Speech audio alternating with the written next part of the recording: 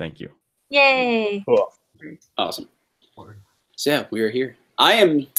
Well, welcome to this week's episode of Blunderers. I am in Craig's apartment. Yay! I'm up here. Whoa, that's weird. You get to see a different view of a couple of different views of my place. Yeah. Alexa, turn the lights purple. Alexa's Yeah. Had to wait till Hold on. the stream Wait. started for that. Yep. I wonder if I can do this. Hey Google, make my light purple. Yeah. All you with your color change and voice control lights. Hey Google, make it the color of the ocean. Oops, that's not going to work because I didn't say make the light the color of the ocean. Alexa, make the lights blue. Okay. Yeah. Okay. We have other things that actually makes it better. Yeah, totally. Bro, Google, do something. Tell whatever you need to. Hey, Google. tell again. make my light dark blue. Alexa, make the lights dim white. Hey Google, have you ever been alone in a crowded room? Come girl, have you Oh, ever shit. come here? That wasn't one of them. I did There it. you go. I'll just do it. I'll also say that you saying "Hey Google" woke up my phone. So, anyway, so we're back. I'm in Connecticut, traveling around. We missed last week. Apologies. Travel is weird. I'll be in Greenwich, Connecticut tomorrow, so everything is fun, and I'll be on a boat. Weird. Whoa. Yeah. Before you do that, to point out that my neon Joy-Cons are glowing right now. Like they're that lime green and that hot pink. That totally. Hell yeah. It's my favorite riffraff nickname. Whoa. Whoa. Let's go nuts. Oh, that's not white. Fine. Really Just did put not this- like you riffing on Riff Raff. There we go. Put them on the light color. So, last time around, you guys began climbing your way up the mountain towards the monastery. You had a fun chat with Petunia about what she's been up to, and the sort of things you guys have been interacting with. Marlon continued to be unable to put his foot anywhere else but his mouth. But things seem to be going okay at the moment. You guys made your way up the mountain, following a set of tracks, as well as the larger tracks that you assumed is from Desmond, the giant monkey. And as you made your way up in the middle of the night, you came across a group of hooded travelers in the center of a path. Trev, Marleman, and Nix went to go treats, I guess, with them, talk to them, figure out what they're about, and instead just gave them a bunch of information about who you were and didn't really pick up on who they were. They offered you to sit by their fire and enjoy the evening, but you guys kind of requested just continue ahead. They let you go. There was a weird sleep spell rune on one of the rocks that you took care of. You accused them of setting it, but they claimed to have no idea what it was. And you guys continued up the mountain without incident from them. They just kind of wanted you gone at that point. During the course of that, there were some sleeping companions of theirs in the camp, and Phaedra woke them up with thaumaturgy, making a very loud noise, which caused an avalanche that nearly killed the party. But it didn't. And did kill another one of the rogue figures that you investigated the body of. Really did a number on him too. Like real fucked him up. Like missing limbs, bent around necks. Like just a bad scene. You guys Killed did a bunch of innocent He was animals. evil. Huzzah! As it turns out, he might not have been the nicest person in the world, carrying a symbol of Tiamat and apparently being some sort of packed creature or packed human. I call them Dragon Maid, as Jason put it last week. Dragon Maid. Thanks, Jay. You guys then continued up the mountain, and we're actually going to pick up a couple hours later. The sun has come up and risen over a freshly fallen back of snow that you guys had worked your way up through during the night. It was a quiet evening. No real events happened after the events of the avalanche, besides walking through a scarred and kind of barren landscape. You found a number of very smooth parts that seemed to be smoothed down by the most recent snowquake. And made your way up the mountain. We pick up a couple hours later. The sun has fully risen, and you are at the gates of the monastery itself. You saw it coming up a few miles beforehand, and it hastened your pace. It's about 8 a.m., and you've been walking all night, so you're good and tired. Petunia especially is beginning to kind of lag behind and be pretty tired. But the first thing you notice as you get closer and closer to the monastery is that for the first time that any of you have ever seen, the gates are closed. The courtyard has been sealed off by two very large oak gates. that have been drawn before, but there doesn't seem to be any guards or anything like that. Just a set of gates. You continued on your way up, walking across a well-worn stone path that has been completely free of snow, somehow, by some sort of measure, and made your way to the front of the gates, which is where we pick up now. What would you like to do? I mean, I'm all for trying knocking. Phaedra should just smash one. No. Again. I like where your head's at. But let's not. I think knocking's not a bad idea. Yeah, look, I'm not against it. Not a All right. bad place to start. Quentin knows that we're coming because I sent him a message. So. Anyone volunteering to knock? No. Maybe I will. check for traps, please. All I'll right. let you Nyx, roll a perception check. Something smart before Marleman just knocks. do that. But no. 12 plus 16. Nope, I can't do math. 15. Okay. You do a quick peek through some of the snow and around the gate and spot no visible traps nor signs of any that may be on the gate. Okay. Okay, All right. I know. Okay. You dunk, dunk, dunk against the wooden gate as it very gently swings open. Oh, not No avalanches. No avalanches, just Okay. a set of gates that appear to not be locked in any sort of way. Nudge Phaedra would be like, see, that's how you do it. Don't think Jesus Nick's Christ. that hard. Phaedra does not give a shit right now. All right, so I mean, next we're going to head in, right? Yeah. door open. I guess I would. Just keep our eyes open for Yeah. danger. Okay. Anything that looks dead or Mhm. bad. Nyx, you kind of push the gate the rest of the way. It's very free swinging. It's, well oiled and well balanced, so it sort of swings freely on its axis once you put a little bit of pressure to it. And you reveal the large courtyard of the monastery completely barren and empty. No sign of any training monks, no signs of scuffle in the snow either. Just a completely clear path that seems to lead to the front of the monastery. Okay.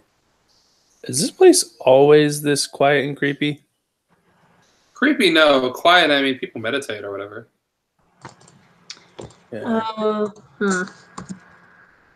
I mean, Hmm. I could try sending another message to let them know we've actually arrived and they're just at the bottom of the mountain. I mean, sure. I have Maybe a I'll question. help us find out where he is. Are we in like a building right now, or are we Courtyard. like a courtyard? Yeah. Yeah, you're in a fenced-off courtyard. We haven't gone in yet, though. I guess I should say walled off. It's not really a fence. Do we see any signs of people at all? No disturbance in the light snowfall in certain parts of the grounds, with the exception of the perfectly cleared path from the front of the gate to the front door. No signs of people anywhere. All right. No sounds seem to be emanating from the building either. So I'm just going to, We should go in. make my way over to, Petunia's side Mhm.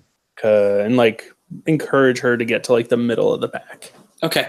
She's like, okay, I Yeah. guess I'll stand over here. I'm being real subtle about it. Just be like, why don't you stay over here and, by Phaedra. Do you put a hand on her in any sort of way, or just sort of No, kind of person the shuffle? put the hand near, but come on. Marleman rolls a jealousy roll. Light touch. Yeah. That hover hand. Yeah, she sort of kind of sleepily nods and kind of shuffles to the center of the pack. She seems tired enough that she's not really processing much of anything. So she doesn't really care that my hand's close to her. No. Okay. Marleman may care. Marleman? Bear in mind, my eyes right now are not on Petunia. They're scanning. I everywhere, know what but- you're doing. I know what you're doing. It's okay. It's fine. Yeah. Oh, Just fuck. ask I mean, Marleman knows what you're doing. It's totally fine. It's totally fine. Sure, buddy. The secret bits that you're going to learn now is that Morgan is just in love with Gary. Learn now? Yeah, learn now. Jeez. Fair What enough. were you saying? Learn I now. was just trying to be clear on what just happened. I was just asking if you just asked Marleman if he cared if Sai literally just like touched Petunia's arm. Yep. No, no. That I was concerned. No.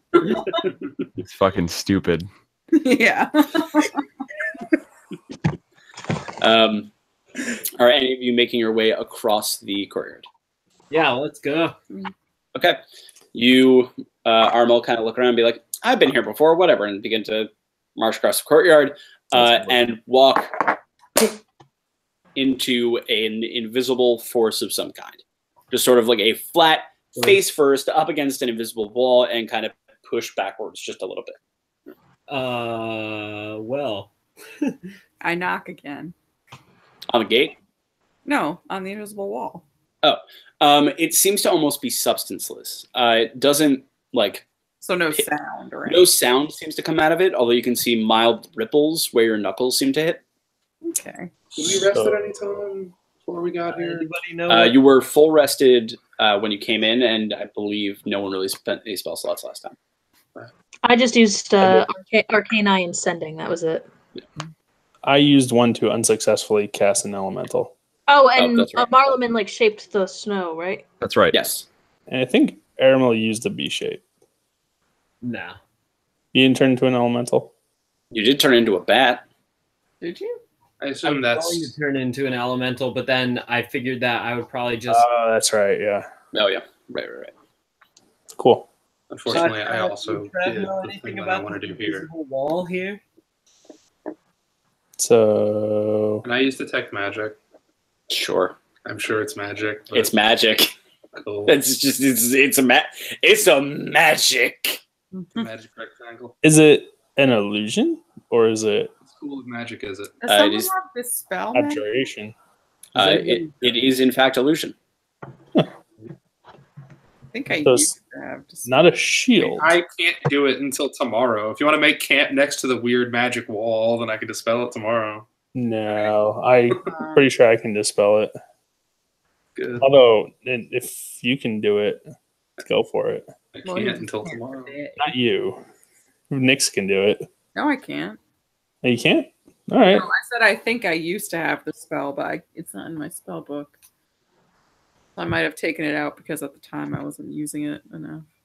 Let me just be totally sure I'm not What- lying here. What sort of thing might do this? Does anybody? I have a Dispel Magic spell scroll.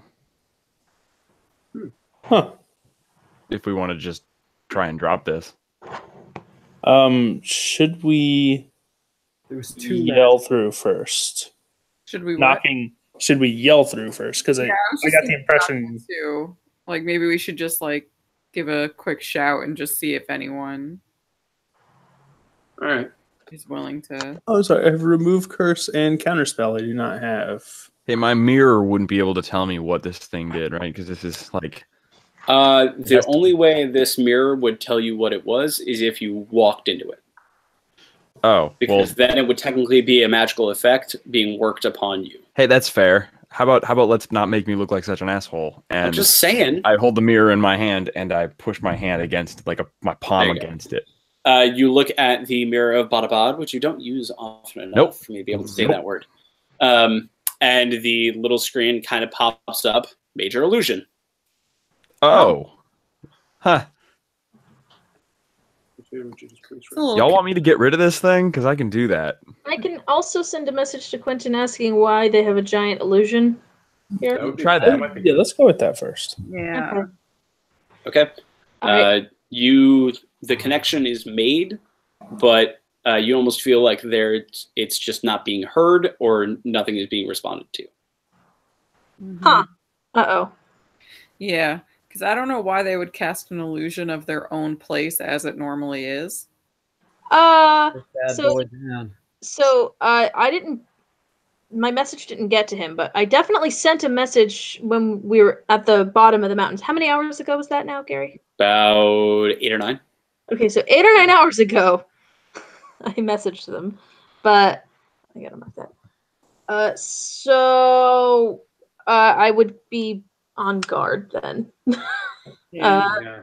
Mr. Marleman, tear down this wall. Can we dispel the illusion? I have a scroll of Dispel Magic on me. Wouldn't you believe it? I have a thing that might be able to help us. Yeah. Are you Right. using it? Undo this scroll, and I read the words from the Okay. scroll. What level spell is it again? Dispel magic? I do not know. Hold on. You want me to just read Dispel Magic's text? I mean, I just need the spell level, that's all.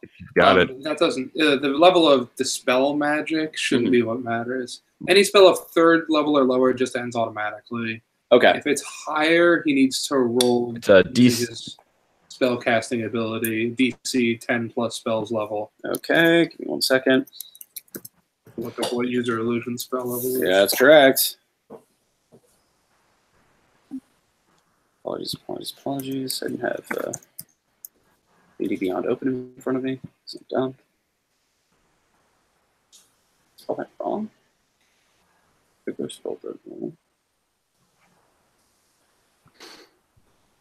It's okay, Pearl. You can go cuddle with Grandma. You see you, Grandma. That's okay. Yeah, there it is. You can come over. Everyone, all the time. It is a 6th level spell. Alright, so. DC 16. Yeah. Yep, DC 16. Okay. Go ahead. Roll There. plus whatever your spell casting ability mod is. That's correct. Morgan. Does Yes, this use his sorry. focus? Does he channel the spell through that? Yeah. Okay, so what is this? I'm sorry. Roll as if you were casting a spell. Yeah. Okay, Add the same modifier. Yep. Add your All right. usual modifier as you are carrying your focus. that is a 16 plus my focus, which I think is a plus. Yeah. So you were trying to beat a 16, so you're fine. You're good. Oh, okay, cool. You dispel the programmed illusion to reveal a large iron wall that was set just behind the illusion itself. It stretches for the entirety of the space,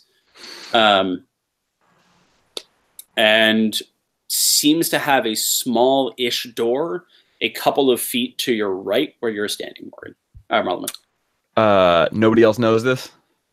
What do you I mean? imagine if the illusion goes away, we Yes, all you see it. remove the illusion. It's fully apparent.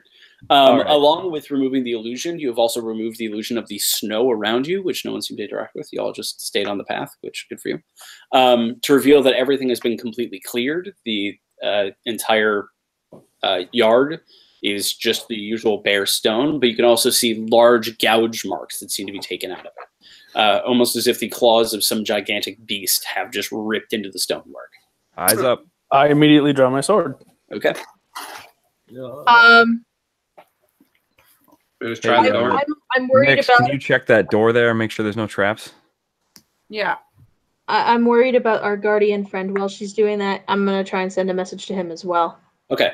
This one you get through. You can feel the message click. Okay.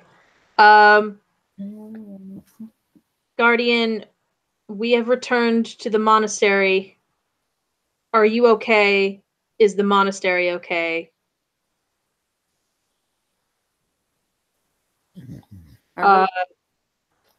Where are you? Where are you? You receive, in fairly guttural, same animalistic tones, the same sort of ooking and monkey speech that you would expect as it can't speak common. It can understand you. It has a high enough intelligence that the message connects and it can understand you. However, the message it sends back is in the language it speaks, which is not common. Crap. Okay. Did any emotions get through? Yeah. Panic, a little bit of worry, and just a touch of relief. Okay. Panic, worry, relief. Yes. In that order? Relief, worry, panic, I would actually say. Worry, panic. So I wasn't able to understand what he was saying. I forget if we. How did we communicate last time then? Someone else talked for him. Tongues? Tongues? Yes, someone cast tongues. Oh, Guessing- it's been a guessing I was while. I don't remember. Okay. didn't. Well, you did. Nix and I didn't. No, Phaedra and I didn't. Yeah. No, when Marleman Yeah. last saw this thing, Perrin talked to him via Right. Speak with Animals. Well, So then- Phaedra and I never actually. No, I definitely chatted with him. Like, you chatted with him through an I interpreter. think you Right. chatted Yeah, with it him was- through me. Oh no! who are the people who were with him? The man and the girl. Exactly. I Can thought you we message used one of them? Okay. What? Or you could Don't go know if they guess. would be. I don't know if they would be. How many spell slots? How many second level spell slots do you have left, Phaedra? It's a third level spell, and none. Oh, sorry. So Oh, okay, so you can't. I mean, Well, I so could if I that's do it at a higher level, but I'm gonna save it for now. Okay, fair.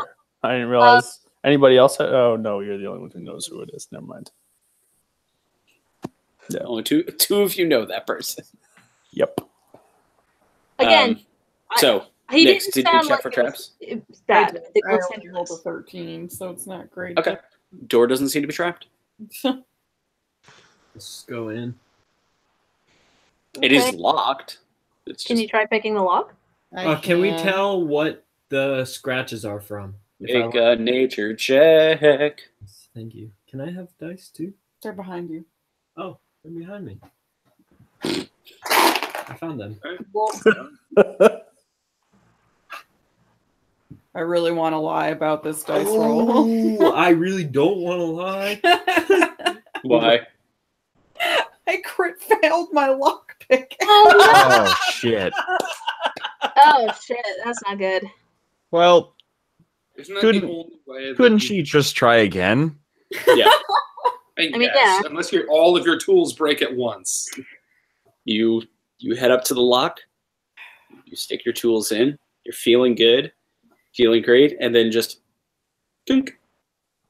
And your not the actual pick, but the depressor, the thicker metal part, just completely snaps. It's fine. I'll use mending to fix it. Jamming Okay. the lock. It does not get stuck in the door, so you're okay. You are able to get both pieces out.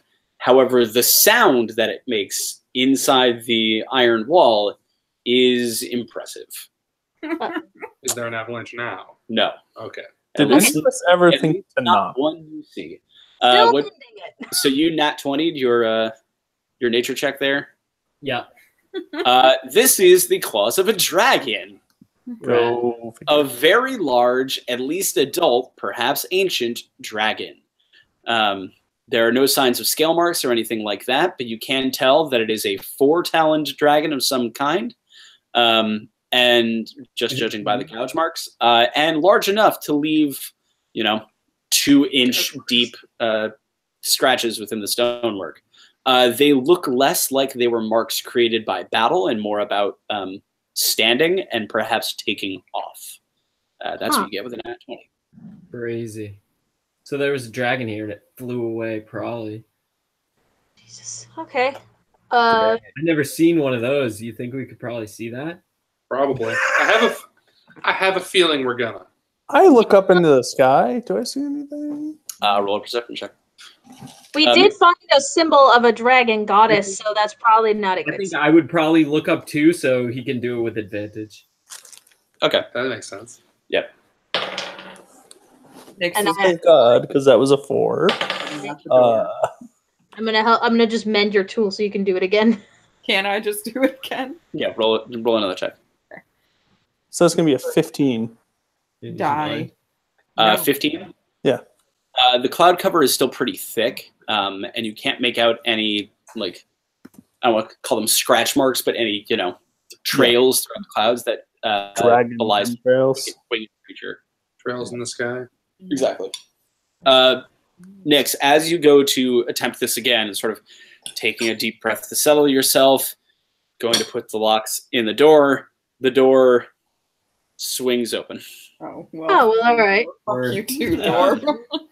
And standing in the doorway is a small red-headed boy, looks to be about 14, freckled, looking at all of you, and you recognize the face of Brother Carrick, the short, annoying monk who led you through the mountains the last time you were here. Oh! As he looks over at all of you and goes, "Oh, hello. Welcome back." Hi. What's up? Hi. You do not know this individual, Sai. I'm just standing there confused, like, Yeah. okay. Hi. My sword's still out, by the way. I don't know if that makes Oh, sense. yeah. Can you- He has gotten a little bit taller since you last saw him about 2 years ago. spurt. Kind of had a bit of a growth spurt. He's about the same height as Marleman, but very gangly, very kind of goofy. His hair. Does he have? Huh? Nothing. His hair's grown out a little bit. He's got kind of a scraggly, sort of wispy facial hair situation going on. Just that awkward 14-year-old, I don't know what I'm doing yet, sort of look. As he looks over and goes, "Oh, you're back. Welcome back. Rough timing." What's up? Can you take us What's to going Quentin? Certainly. He's right. Just come inside. He kind of steps out of the way and lets you guys in. Yeah. You all sort of pound through. Petunia's like, "Okay, invisible wall. All right, cool. Metal wall. This is awesome." Shut the door behind us. And you shut the door behind you and are greeted with the sight of the front of the monastery as it traditionally is. No signs of damage, no signs of battle, just the long porch, the large steps that lead up to it, and Quentin seated in deep meditation at the top of the stairs. Carrick sort of looks out over all of you. "Could I get you tea? Can I get you anything?" Can you just explain what's been going on for the last any dragon 9 hours or so? Okay, it's been a really kind of crazy couple days. A very large dragon showed up. We still don't know what it wanted or anything like that. It just sort of showed up, roared something, and then flew away. Since then, Quentin's been in meditation, kind of focused on something. He woke up briefly a couple hours ago to say something to someone. That would be me. Okay. No one was really around to understand it. And since then, he's been back in the meditation. It's been weird here because the moment that dragon showed up, a lot of people in brown hoods also showed up. Yeah. What color was the dragon? My question. I didn't really get a great look at it. I was a little kind of starstruck by a very large dragon that wasn't trying to kill us. That's not usually the way of these sorts of things. It looked kind of almost blackish, but a little bit brighter than that, almost like a sword silver. A silver? Okay. Not quite silver, like a little bit darker than that, like almost like a steel color. Huh. Okay. Do you know a lot of dragons? I can't say I've ever met one before. No. Yeah, well, I was just curious because you said this one didn't kill you, and that's not normal. Well, Do you think depends you on the can dragon. find a way to wake Quentin up without disturbing his whatever he's doing, like most efficient way possible? I wouldn't trust it. Last time I attempted to wake him up from multi-day meditation, he beat me with a stick. Not hard, not unpleasantly. That's aggressive, sir. Or just like a couple raps across the head that I don't want to repeat it. It made me feel like a kid. Okay. I think I will take the risk. Okay. Buddy, you're the one he doesn't know. That would Be probably careful. be bad. Fair. You met him briefly. I did. That's true. I did meet him. Oh, right, yeah. Okay, very briefly when we were here last time. Then I will Okay. walk up, kind of put my sword away, obviously, and kind of walk up loudly but not rudely, just announcing my presence and stop a good couple feet from him. Okay. There is no change. And I just say loudly, but not loudly, but firmly, Master Quentin. Nothing. I vote that we wrap him a couple times on the head. I like where you're headed at. This is the first time that somebody other than Marleman has suggested doing something stupid, I think. But Okay. Listen, I call it karma. Listen, buddy, your stuff is often not stupid. It's just not very considered. That's awesome. good. I'm doing a considered stupid thing. There you go. I touch his shoulder with mage hand. Okay. You kind of lightly put him on the shoulder, at which point you see his eyes flash open briefly. The deep gray irises kind of catch into yours for about a second, and you just feel this overwhelming presence of give it time before the eyes close again, and he seems to settle back deep into his own mind. Sure. I All right. bow and back away. Okay. He seems to know what he's doing, so that's fine. Carrick sort of like, alrighty then. Tea, bedding, sleep, and Petunia kind of puts her hand up and goes, Sleep. Sleep's would be great. Yeah. Sleep. He's Then we're tired. Yeah. Then we're going to talk about those brown-hooded people. Okay, do you guys have any idea who they are? Because they showed up. They showed up here. They asked for Master Quentin. Master Quentin went and talked to them. And then he came back and said we had to put up the defenses. So we brought the wall up. We put an illusion over it so it didn't look like it was here. And then we sort of need to put the illusion back up. Yeah. Did you see any symbols on them? None they showed to me. Well, we found one on them, and I show him the Tiamat symbol that I took. Oh, that's Tiamat. Oh, yeah. Okay. That's not great. No. That makes sense. They're here because there was a dragon here. Yeah. Oh, okay. I don't love this. Tea. First, I would say whoever did the illusion might want to put it back up. Yeah, I'll take care of that part. I got it. And he walks away, and you see him cast some sort of arcane spell and put the illusion back up on the other side of the wall. Huh. And it turns back around and goes, okay. Hi. Kids got chops. I'll have some tea. I think I'm gonna probably lay down if we can, but if Quentin's gonna be a bit. Sure. I'll bring you to your old chambers. Come right with me. Is there like a on the wall around it? Is there like a room for sentries to stand and walk the perimeter? I mean, there's on top of the wall itself, the iron wall. No. On the monastery walls. On the monastery walls, it is a double-decker porch, so there is a higher level porch that does wrap around the building. Okay. And it does seem to see over the walls of the monastery itself. I'm gonna just take a couple tours around and okay. And then I'll be good. Carrot kind of leads you up and shows you how to get up there. It's a beautiful sight on top of that wall. And doing a quick scout and whatnot and kind of looking down through the mountains, you can see more of those pinprick small campfires still dotting the mountain, even though the sun has fully risen. How many? You can count probably a dozen, if not a little bit more. Okay. Carrot shows you all to the rooms you previously occupied the last time you were here. Trev, he accidentally shows he accidentally shows you to a cell first and then goes, oh, oops. Right, this isn't for you anymore. Sorry about that. I'll give you Perrin's old room. And gives you Perrin's old room. It's fine. It hasn't been used in a while. Like cheap cologne. Yeah. cheap cologne and leaves for some reason. Oh yeah. You all settle in, take a quick nap. Petunia, like a frat party in the middle of October. Yeah, exactly. Like a Halloween spectacular. I know there's a joke somewhere in there about replacing Perrin from Marleman, but I just don't know what it is yet. Petunia Carrick begins to lead Petunia to one of the rooms, but she sees the library as she is passing it and goes, I'm good on sleep. I'm good. I'll be in here. Nope. Petunia, if a dragon comes back, you want to be rested. Okay. You're just going to pass out in a book anyway, so just get some fair. Yeah, seriously. Okay. She sort of begrudgingly walks away and is shown to a not bedroll. Not going anywhere. And just immediately, face down, unceremonious, just drops bag on ground, face down on her roll, gone.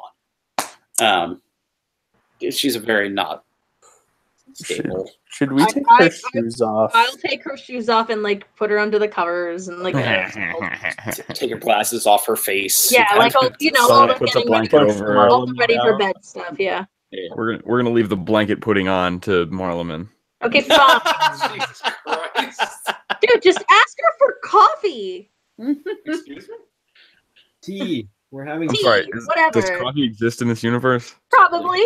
I'm pretty sure we've already drank it more than once. Yeah, so no, coffee totally exists. Those of you who requested tea is brought to your room by some of the acolytes. There seems to be at least a handful of the monks still here. You catch sight of about a dozen of them bustling about. The stewards of the library, the three kind of higher level monks that are traditionally guarding the library, all seem to be there as well. You spot no sign of Kaluna anywhere. But I was going to ask. What? If she was there. Yeah. Spot no sight. Carrot kind of shows you guys your room. You guys get a nice long rest in. Yeah. Before. Wait. Sorry, hang on. There's a couple people popping through. RML first. Can I take my time where I'm not resting because I'm like an elf to meditate in the same room as that dude? Sure, you can head out to the porch and meditate. Quentin. Yep. Roll a religion check. Trev, same question. I would actually like to do the same thing. Sure. The both of you kind of go ahead and roll a religion check as well. I have one more thing because I have plenty of time. Yeah. I would like to go over to the library and see if there's still like tunnels or holes in the wall or signs where they might roll an be investigation where they check. used to be. Roll an investigation check. Yes, Fader. Can I scry before I'm taking my long rest? Sure. It's a lot. I'm really bad at remembering names. Who's the dude that Trev wanted us to try and save again? Oh, Nathan. Nathan, can I scry on Nathan, please? You hit an arcane block. Damn it! Okay. Very similar to the one that you faced in Lathander. Okay. Wanted to turn off my thing if it's on. Just wanted to Can I turn off my if it's on? No, Am I the one who's doing this? That's not the blockage this time around. But No. I gave it to you. It wouldn't affect that. Yeah. So yeah, you rolled a half a billion. I'm just checking while I have the time. Yeah. There seems to be some sort of arcane block. Whoever has him right now has him under a blanket. Okay. Yeah, your investigation check, you know exactly where those holes were, you know where they came out of and whatnot. Some of the bookcases have been kind of moved in that direction. It's been 2 years, so quite a few of them have been patched up, but the signs of that scuffle and the signs of that invasion never really gone away. You can still find some arrow marks in some of the bookshelves. You can find long gouges in some of the woodwork. And for the most part, some of the actual bookshelves themselves look much newer, replacing the ones that were damaged. So I think if I want to go back to where some of that happened, I might be able to do so. Certainly. Cool. Then I want to go do what Animal's doing. Huh? Then I want to go join Animal. Yep. And the Volumnata stands exactly where it is before, on its pedestal under its bright green kind of domey thing. So you all get a long rest. Armel, what'd you get in your religion? 15. Okay. You settle into a deep kind of meditative state. You feel no connections while you're doing it, but just a certain peace and connection with the world itself. Gain 1 point of inspiration. Yeah. Nice. Yeah. You have a point of DM's inspiration to use whenever you want to. So yeah. Actually, while you do that, Armel, you spend a lot of time, in deep reflection and whatnot, but very, very usually it's to commune with nature, to connect and whatnot. This is one of the rare times where you're meditating purely to connect with yourself, and just sort of, getting into your own thoughts. And you notice that, as you sort of do that deep internal look and whatnot, and that deep spiritual look, there almost seems to be ragged edges and some level of something missing. Oh. That's about it. So you all awake after a long rest. The two of you that are meditating also kind of snap out as Quentin stands up, kind of brushes off his robes, looks over at the two of you and goes, "Well, I'm glad you both finally made it. Please, gather your companions. We have a lot to discuss." Damn it. I will do that. Okay. Yeah. Trev, I assume you just like hop to your feet, just like, "Yes, sir." It's like, I got you. Sort of, you guys gather everybody up. Petunia, even though she is an elf, is just out like a light bulb, just completely gone. Purely out of exhaustion. And she's actually working off 3 points of exhaustion. And just sort of, still asleep. You can wake her if you want. You can leave her sleeping. It's up to you. We should probably get like some food into her and let her go back to sleep. Anybody? Yeah, I would just let her sleep. Yeah, I would just let her sleep, honestly. All right. She'll be hungry when she wakes up, but she'll be rested. Yeah. Okay. You guys let her sleep. And Quentin gathers all of you into the library itself. He stands behind the Voluminata, kind of looking over some of its pages, turns as you all enter and looks over you and goes, "Welcome back to the monastery, my friends. I wish it was under better circumstances, but time has a habit of doing these things."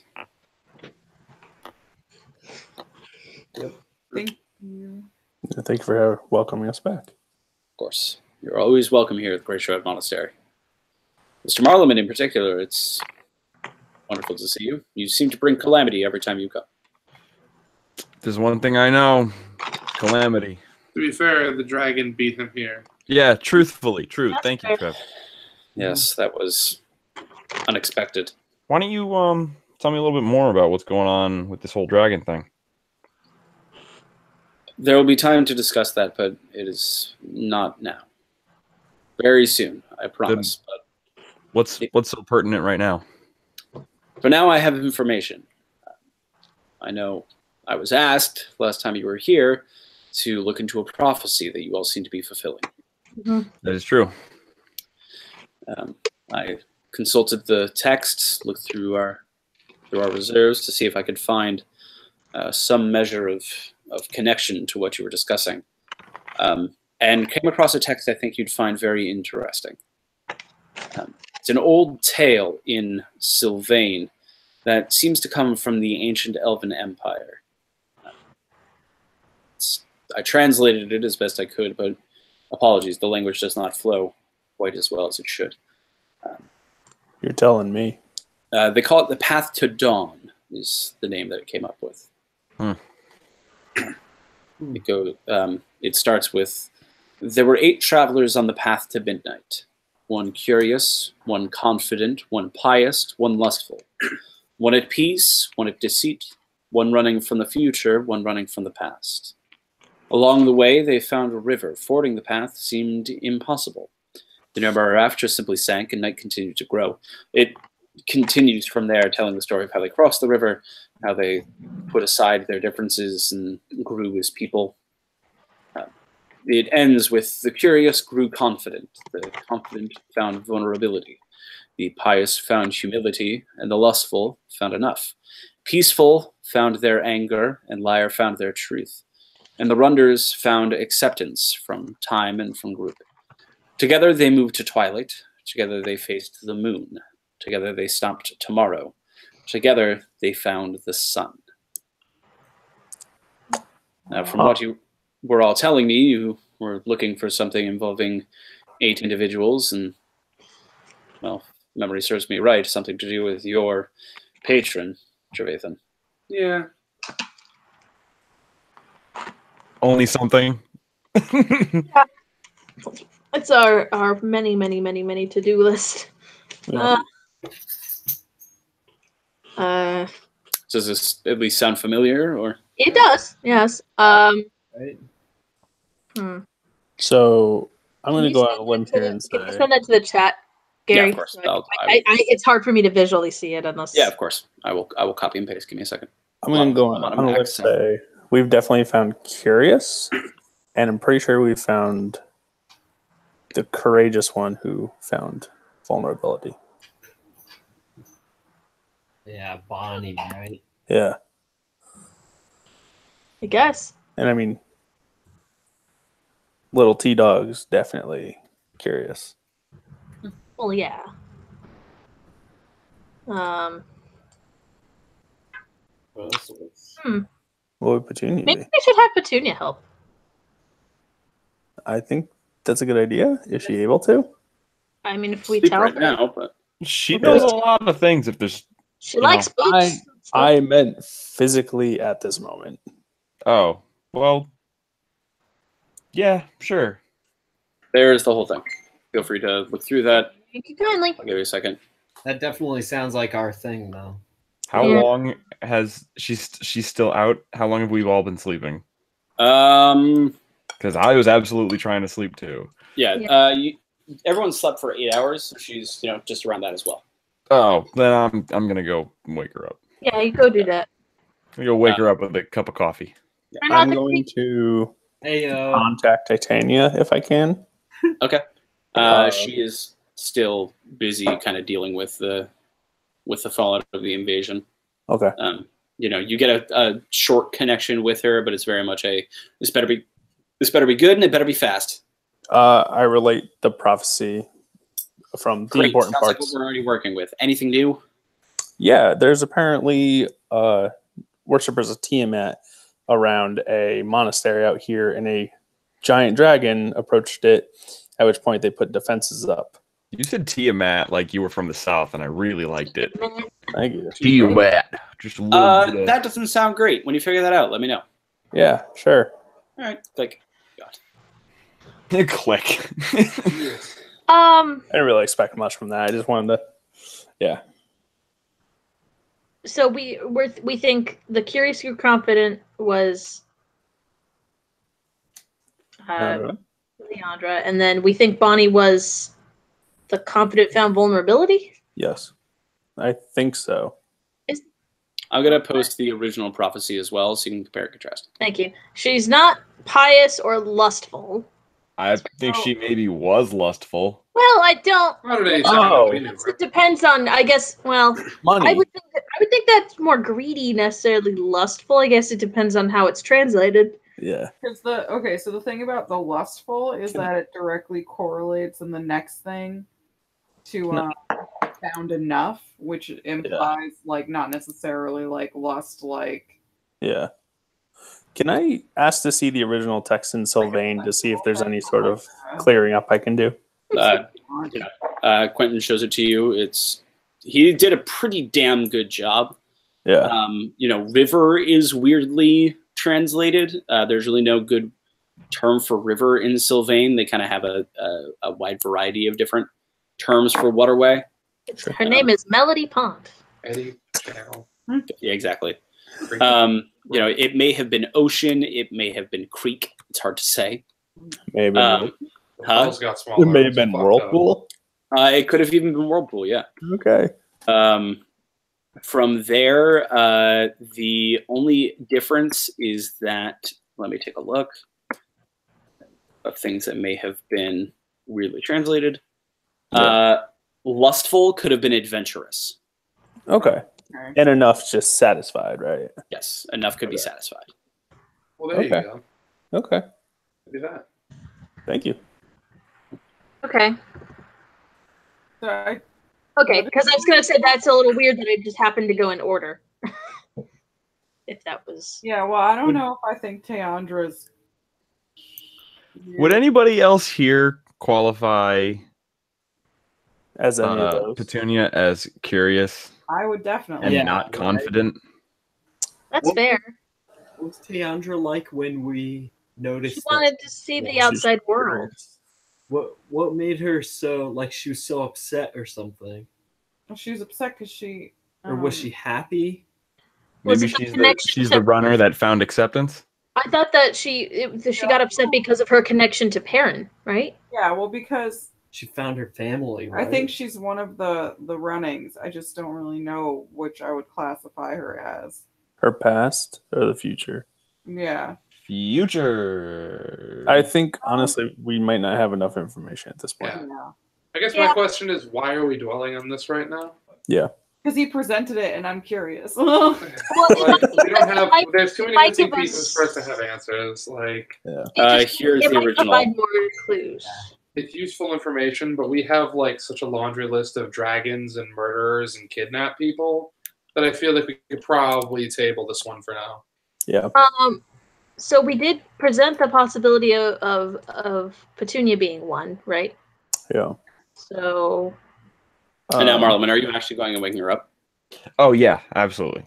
Okay. You walk into her room with a cup of coffee ready to go. Well, I wouldn't just walk in. I would knock first. Okay. But then I don't want to just show up. There's a very muffled.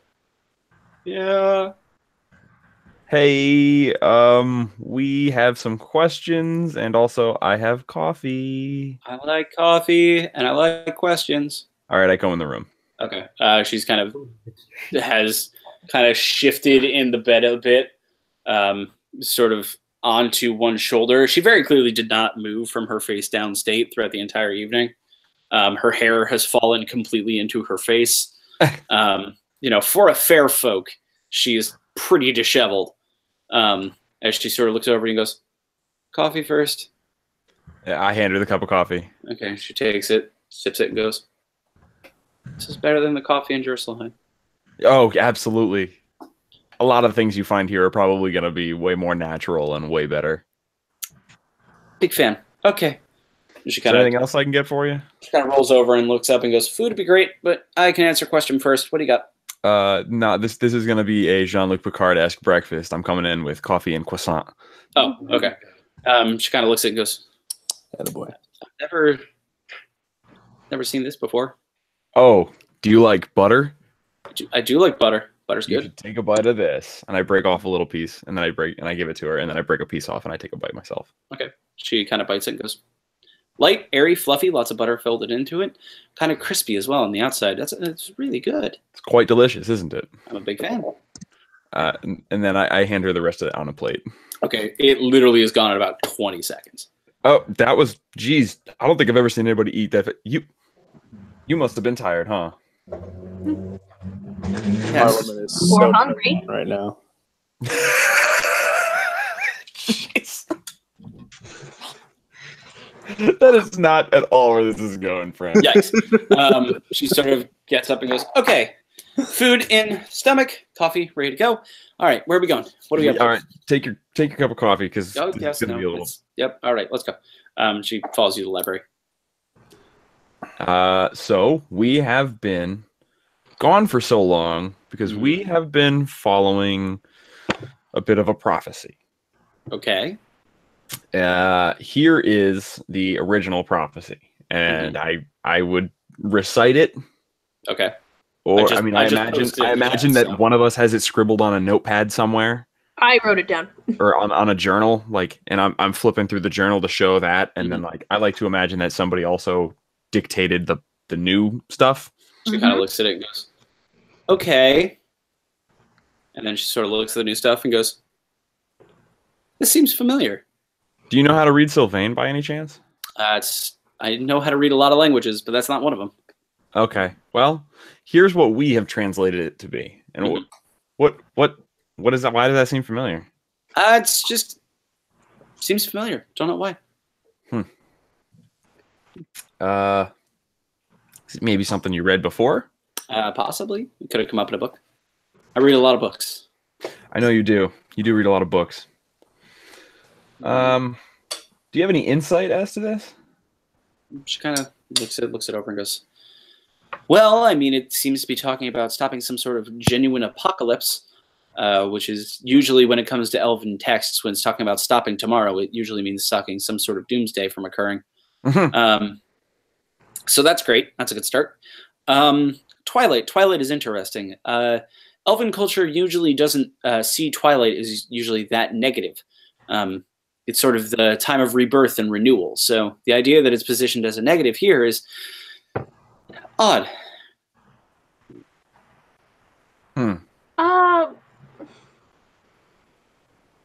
Well, how do you know it's negative? Well, just look at it. You know, it says walking towards midnight, stop tomorrow. It's something to do with fighting the moon, it almost seems like. You know, the moon is usually the trickster god, of course. This is Majora's Mask type shit. No, I'm just kidding. I mean, I hope not. Okay, Oh, wait. you meant in the new translation. T for time. Majora's Mask is now canon. Yeah, it's like how the Space Jam is canon and Barkley Shut Up and Jam Guy Down. The Space Jam, yes. I forgot there was Twilight in the other one as well. I thought it was the original one she was looking at. Wait, is Twilight canon also? No. Okay. There are no sparkling vampires in my fucking D&D world. So we have already Just for that. What about any prophecies of 8? I mean, 8 is a pretty commonly repeated number, especially when it comes to the older texts. You know, the mantras, the 8 sages, things like that. What is the... Briefly, give me a brief history lesson here. Sure. Unless Marleman would know this. I don't... Not particularly. I mean, you don't really hang around, reading a lot of books about ancient elven society. I don't do a lot with elves. Yeah. She Except kind of for the elf I explained. hang out with. She kind of explains that in the early days, or at least the reported early days of Elven society, it said that there were always 8 matriarchs, or 8 controllers of some kinds. Settlements were built in grids of 8 as well. Traditionally, eight dwellings to 8 communal buildings and that sort of thing. And a lot of structure was built around that idea of a constantly symmetrical number. Huh. Also, if you turn it on its side, it's an infinity. Yeah, actually. Yeah, it is. Symmetrical. Hey, how confident are you? I mean, I wouldn't call it one of my defining characteristics. Okay. God. I mean, you seem like a very confident person. You answered those questions very quickly and with a lot of assertion. You knew what you're doing. She seems to like kind of actually shrink away from that a bit. It's like, well, yeah, I mean, I read a lot of books, so I know a lot of things, but I mean, books could be wrong, which means I could be wrong. So, you know what, Petunia, you're a peach, and you've answered all of my questions correctly. I mean, I hope they're correct. Can I just go read books in the library? This is making me dramatically uncomfortable. Oh, I apologize. I don't mean to be that way. No, it's fine. Does anybody else have any questions? I do. I'll step aside now. I'm done. Okay. So Wait, are we all just in her bedroom? No, I brought her. I brought her to the library. The library. Oh, my bad. were you born in Drusselheim? I forget. Yes. My parents were diplomats. They came to Drusselheim to help the relations between the elves and the dwarves, and then I never left. Well, until recently. Okay. So we think that the 8 things here in this prophecy are people. We're past thinking that part. I mean, that would make some level of sense. Right, and the second prophecy nearly confirms that concept. Yes. We, if you have time, we would appreciate if you could help us find any sort of clues for maybe if there's things that are referred to by name or have nicknames that like have anything to do with like the text that like might seem like, oh, hey, that sounds like a thing over here. We would actually any help. You're good at research, so. I mean, she kind of looks at Quentin and goes, "Am I allowed to use any book in the library, sir?" She goes, "Well, yes, of course. It's a repository of knowledge. What would we be if we weren't allowed to share it?" Jerks. Kind of gives a wry smile and goes, "Okay, I'll take both of these translations. I'll look through them. I'll pour over every text I can find. I kind of want to start first on Sylvain poems, which I assume there's something." Quentin kind of nods, and she goes, "Which there are something for. So I'll go and look through that first, and then I'll get back to you." Hey, slow down. It would be really nice though if you guys had a what? You don't know how to read Sylvain. Well, sure, but I can look for word patterns. You know, I may not be able to understand the words, but if I could see words that are showing up in both places, I can kind of cobble them together and make a mix between the two, figure out what those words mean, find a dictionary, put them all together, and see what they come up with. She's a smart girl. I think she could figure it out. You know what? Yeah. I mean, I'm imagining right now that you have already taught yourself all of the extra languages that you know. Is that true? Oh, certainly. I can speak Primordial. I can speak Celestial. I can speak It's okay. It's okay. Draconic. I can speak... Okay. You're wonderful. Go study. Do what you do best. Is there anything that we can get you to help? Yes. So you mentioned you thought that these were people and that they might have something to do with some sort of prophecy. Would you say these are the prophecies, correct? Yeah, cool. Do you have some sort of base point? Do you kind of have you found any of them yet? Do you have something to work off of? Yes. Yes. Oh, that'll help so much. Okay, what do you got? Okay. Well, Why don't we just explain the people as opposed to trying to give them roles based on what we think they are? Because maybe she could figure it out a lot better than us. I'm just going to say we think that we've got the spark lost to the waves. Or we could just do that. Yeah, or we could do the opposite of what he just suggested. Or we could do the exact opposite of what I was suggesting. I just meant like I'm just literally looking at it. I'm trying to figure out which ones we actually have because I'm trying to remember. We don't want to necessarily make any assumptions until we know want to everything. double blind this shit. She's smarter than all of us. We should we probably want to give it to her. Come at it with her Who can best describe Bonnie? Okay. Okay, Bonnie is this cool pirate lady. She is an entrepreneur of sorts. She runs both a legal shipping business and an illegal shipping pirating business. She likes money. She has a good heart sometimes. Sling Blade. And What's her nickname? Do you have a nickname? Bonnie, Wing Blade Bonnie. Sling Blade Bonnie is what her name is. Oh, that seems dark. Okay. She's actually very nice. Oh. And for the record, a lot of her is a lot of angry talk, but she's not going to pull a gun on an innocent person. So how did you know that she was part of this whole thing? She glowed. She exhibited symptoms of the first person we thought might be in our list. She glowed. Yeah. Okay. Any reason she glowed? Somebody refresh me. Out of OOC, someone refresh me as to what happened when she started glowing. She was experiencing a powerful emotion? Yes. We brought her. It was right when we were bringing her back to her crew after the big thing happened. Probably the biggest deal in her life. Thank you for explaining that correctly, Trev. Interesting. And was there another one? She stood to make a lot of money at the end of that deal, and she seemed pretty happy about it. She also seemed pretty happy that her entire crew was ecstatic to see her coming home. That too. Which is why I'm not sure. Okay, I don't think she was definitely what do you call that? I keep wanting to say maleficent, but I mean what I mean to say is not a malicious. She's not a malicious captain or leader. She is definitely all right. So respected by her crew, and she respects that. Yes, very much so. And what about the other one? Well, somebody else want to talk about Tiandra? Nix. Okay. You spent the most time with her. I was gonna say, yeah, like I think the only reason why I'm speaking about Bonnie is because I think I know I've been with her more often. Yeah. So she's young. She's only like 14 or 15. She lived with her grandmother, and the town that she lived in was like constantly under siege from undead people. Oh, okay. That's unpleasant. It was.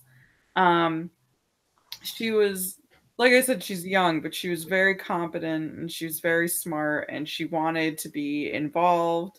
I mean, yeah, she helped us out. Yeah, she wanted to be involved and she wanted to help. It meant that she took some risks without checking first if they were the best idea. But sounds like some people I know. She kind of looks at Marleman. Listen, it's not always a bad thing if you can back it up. It's true, and she did. And she made her choices. She was old enough to make her choices. And she ended up being related to Do you remember Perrin? Petunia wouldn't know Perrin, right? Can't say I've ever met him. Yeah, I didn't think so. I didn't think she had. Okay. Yeah, I didn't think that was until after Perrin had left the party that you guys had met her. But Perrin was like a long lost half brother, right? Not full brother. That's correct. Yeah, a long lost half brother of hers, and she wanted to meet him, but it was very awkward. But she did ultimately meet him, and the time that she started glowing was, I think, the first time they met. I don't think that's... She said she hadn't met him before, right? Because Perrin was there in the fight. Remember? Yeah. First time they met. Okay, I'll use that, and I'll come back and see what I come up with for you guys. Quentin sort of nods and goes, "Good, another scholar. It's actually exactly what we probably need right now. I've been far too distracted." As for the slightly more pressing business as to the the individuals attempting to break down our gates. What do you know about the followers of Tiamat? They're dicks, and I hold up the symbol. The dicks. Well, yes. Okay, good start. They are assholes for the most part. Tiamat is a very destructive god, and their followers tend to follow the same pattern. They can be very polite and very cordial and work with people up until the ends of their own gains. But for the most part, they do worship destruction and aim for it. One of their goals through all existence is the removal of all metallic dragons. One of the tenets of Tiamat is that she will always face Bahamut at the end of things, the great platinum dragon, the god of all metallics. Because of that, the followers of Tiamat are instructed with removing the army of Bahamut, removing her metallic cousins. So when they received word that a metallic was seen around here, they flocked to the site. Ah. That makes sense. Where does Tiamat reside? I couldn't tell you. Is she like on the material plane, or is she in another plane of existence? I Or certainly don't think she's here on the material plane. Okay. I would assume she is locked behind the same divine gate that unlocks everything with, some level of divine power away from this plane, but I'm not sure the exact plane she's locked away onto. Nobody knows. If we knew that, then perhaps someone would have already brought her to here. And yay, destruction. That's 3 things to make sure that they don't go bad. Yay. Yes. Our goal right now here in the monastery is protecting the metallic and attempting to weather the storm of these followers and getting rid of them in whatever ways we can. So is the dragon, where did they go? They are nearby. Okay. So I should let the Guardian know not to attack the middle dragon. Got it. The Guardian is well aware. Oh, okay. Good. So I've been in contact with Desmond this whole time. He's currently on a rendezvous mission for us here at the monastery, attempting to find aid in Jerselheim. Wait, what? Oh. Okay. Sent him as a runner towards Jerselheim. Gotcha. Okay. When was that? 2-3 days ago, immediately after the metallic appeared. Oh, see, it takes how long to get there? 3 or 4 day journey by humanoid foot, a slightly larger monkey running probably 1.5 2 days. Okay. Man, I wanted to meet that guy.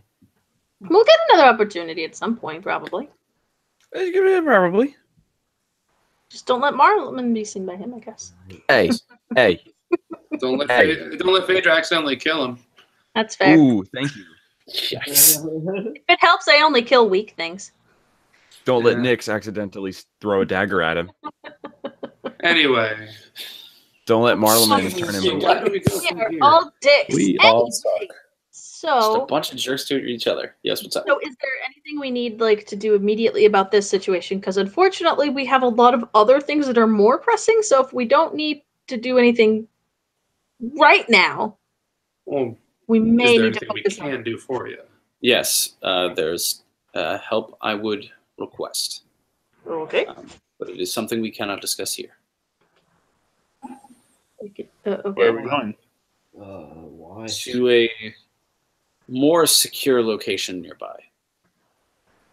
All right. Never I- follow a monk to a second location. Trevathan will trust Quentin 100% intrinsically. Okay. So He sort of nods at one of the matrons of the library, who has been kind of looking at Petunia as she runs Tasmanian Devil style through the library, pulling books off every shelf before settling herself into a table underneath a pile of about 10 to 15 different tomes. perfect. The Quentin and the custodian kind of make eye contact, nod between each other, and Trevathan Trevathan. Quentin goes, "All right, follow me and speak nothing of what you see down below." Okay. Do we feel safe allowing her to just chill and do nothing, like be here by her lonesome I think how each with of these us feels is up to each of us. with all of these people? Is there anybody actually going to be like we're legitimately worried about a dragon coming? How far away are we going? Wait, wasn't the dragon? Like, The dragon was a nice guy, wasn't right? the dragon a good guy? I mean, they are metallic. Yeah. The dragon was theoretically not a Tiamat buddy. Okay, never mind. Then let's go. So hopefully we're okay. Just don't let in any brown hooded people because they might be Tiamat followers. Oh, now we're gonna bring color into it. Wow. There's guards, there's wards. We will know if there's danger before it gets to her. Okay. Quentin leads you guys out of the library and down a side passage into a room that seems to be built onto the side of the library. Just kind of looking at the stonework and the way that it kind of attaches to the rest of the hallway, it looks very a recent construction. And as he leads you in, you see barrels, you see sacks of grain. It seems to be some kind of storeroom. As he sort of looks at you, Trevathan, and goes, "Apologies for bringing you back here, but it's the safest place in the area." I kind of wanted to come back here anyway. He touches a sequence of stones within the stonework, and the barrels and bags of grain just seem to slide away into an illusory wall, revealing a set of steps that lead downward. Oh. You follow the passage for what feels like nearly a mile of traveling underground before you come out to a large underground bunker. It's a large square room with a number of side rooms as well, and a large hewn stone staircase that seems to lead into a secondary chamber. Marleman and Trevathan, you both completely recognize it as the staging area from the Drow assault on the monastery. Okay. Quentin kind of looks at both of you and goes, It's been some time. It has. Sure has. Beginning Well, for you walls. longer, but for us not so much. But yes. I've heard much about your time travel adventures. It's an interesting concept. Please follow me. And he leads you all up into the central chamber, up the large staircase and into the room with the large dais and the transportation room set into the back of the wall. A full transportation circle has been created around that room. Quentin kind of turns, and the room is incredibly large. It's about 100 feet on either side, with large domed ceilings.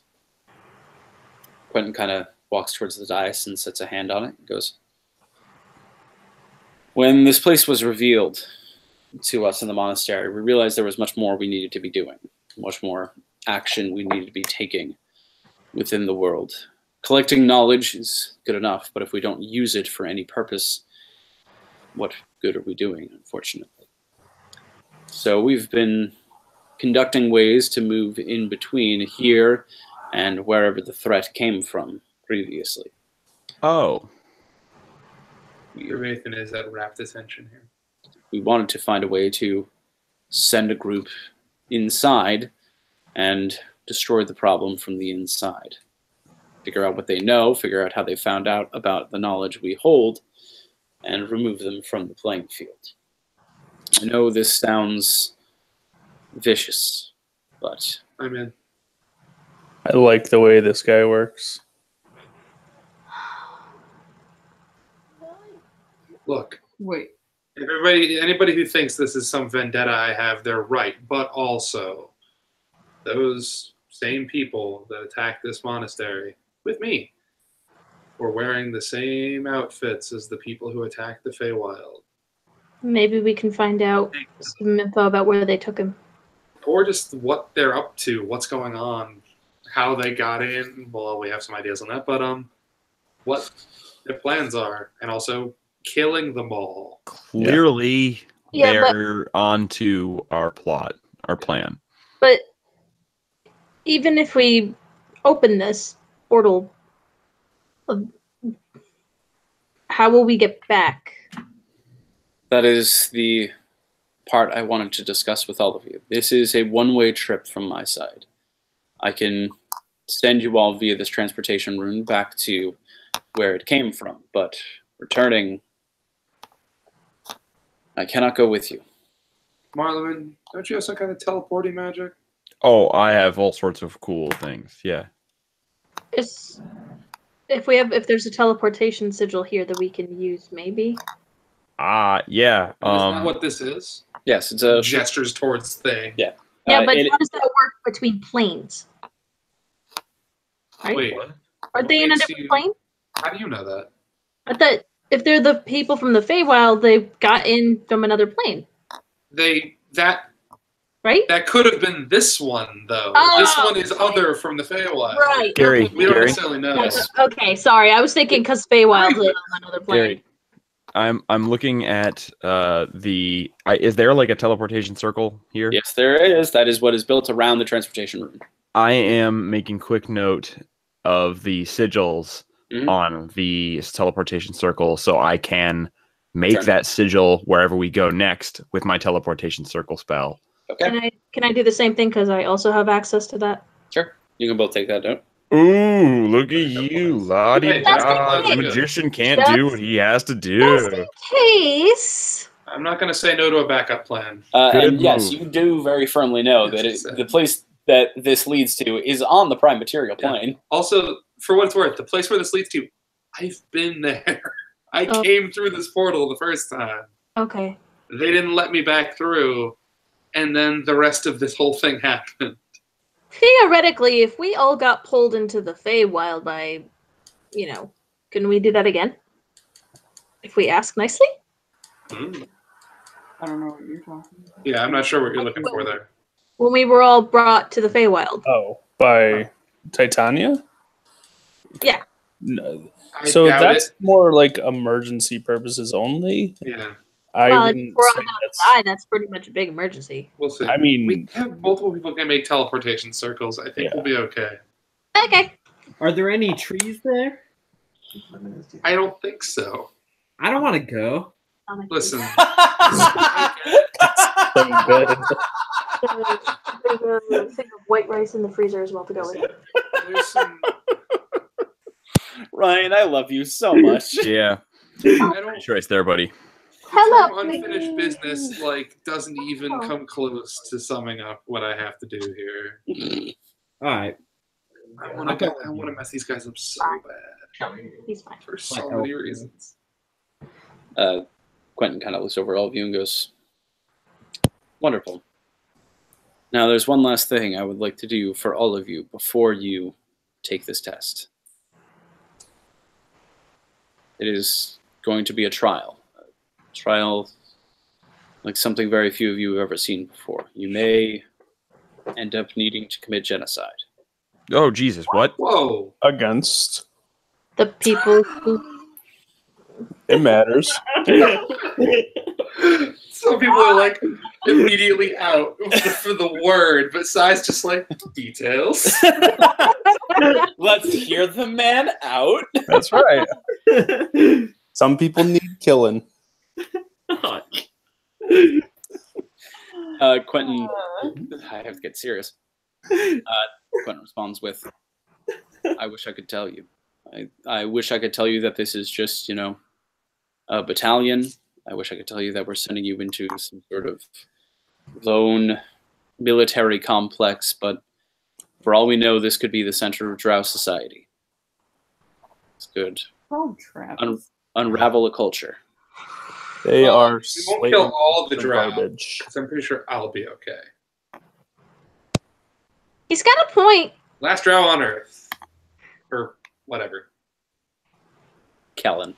Also, I mean, whatever. If we're going to the headquarters of this specific order, they are owed a bit of an ass kicking. Okay. Very well. But to test your resolve, I do have a one final. Oh, Morgan's running to let the dog out. Mm-hmm. Ooh. Quentin kind of looks over you and goes, "Very well. But to test your resolve, I do have one final thing I must ask. I have seen many of your skills myself. I have witnessed your capabilities.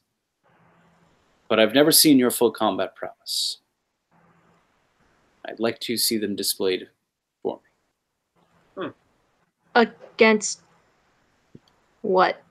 Don't worry, it will be perfectly competitive. Give me 1 second, I gotta pull up some stats here.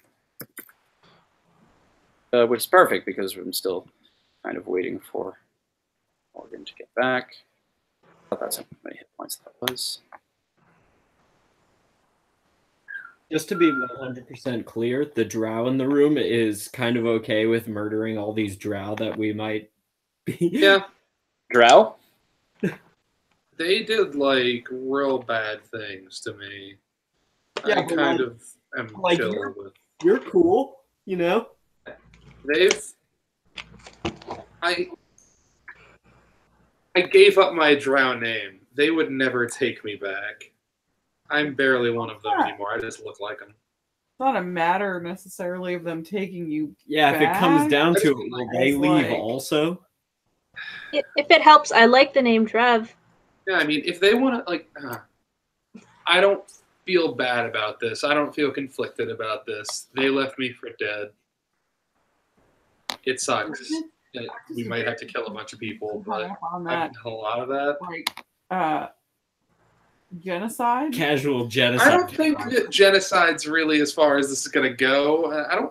I feel like there's more drow than just in this one building. Who knows? Yeah, like I'm just confused as to where we're going if he's concerned that this might turn into genocide. Trev, can you give us a little more info on where we're going? I mean, this is technically a place that has never been modeled, so I might need Gary to help with that. Oh, sure. I can take care of that. What Trev has seen is a very large underground military complex in a place that he doesn't know, in a location that he's never seen. He spent his entire life underground inside this complex, conducting drills, conducting trainings, killing a lot of his fellow compatriots in exercises and things like that. It's sort of the way of military life in the Drow. So what area of the continent, if it's even on this continent, where it leads to, what's above it, no one really knows. And through conversations Quentin has had with you about where you came from, what you've seen and that sort of thing, he seems to be more worried that whatever's on top of this military complex could be the entirety of Drow society. It could just be a city. This could be something standalone. He doesn't really know.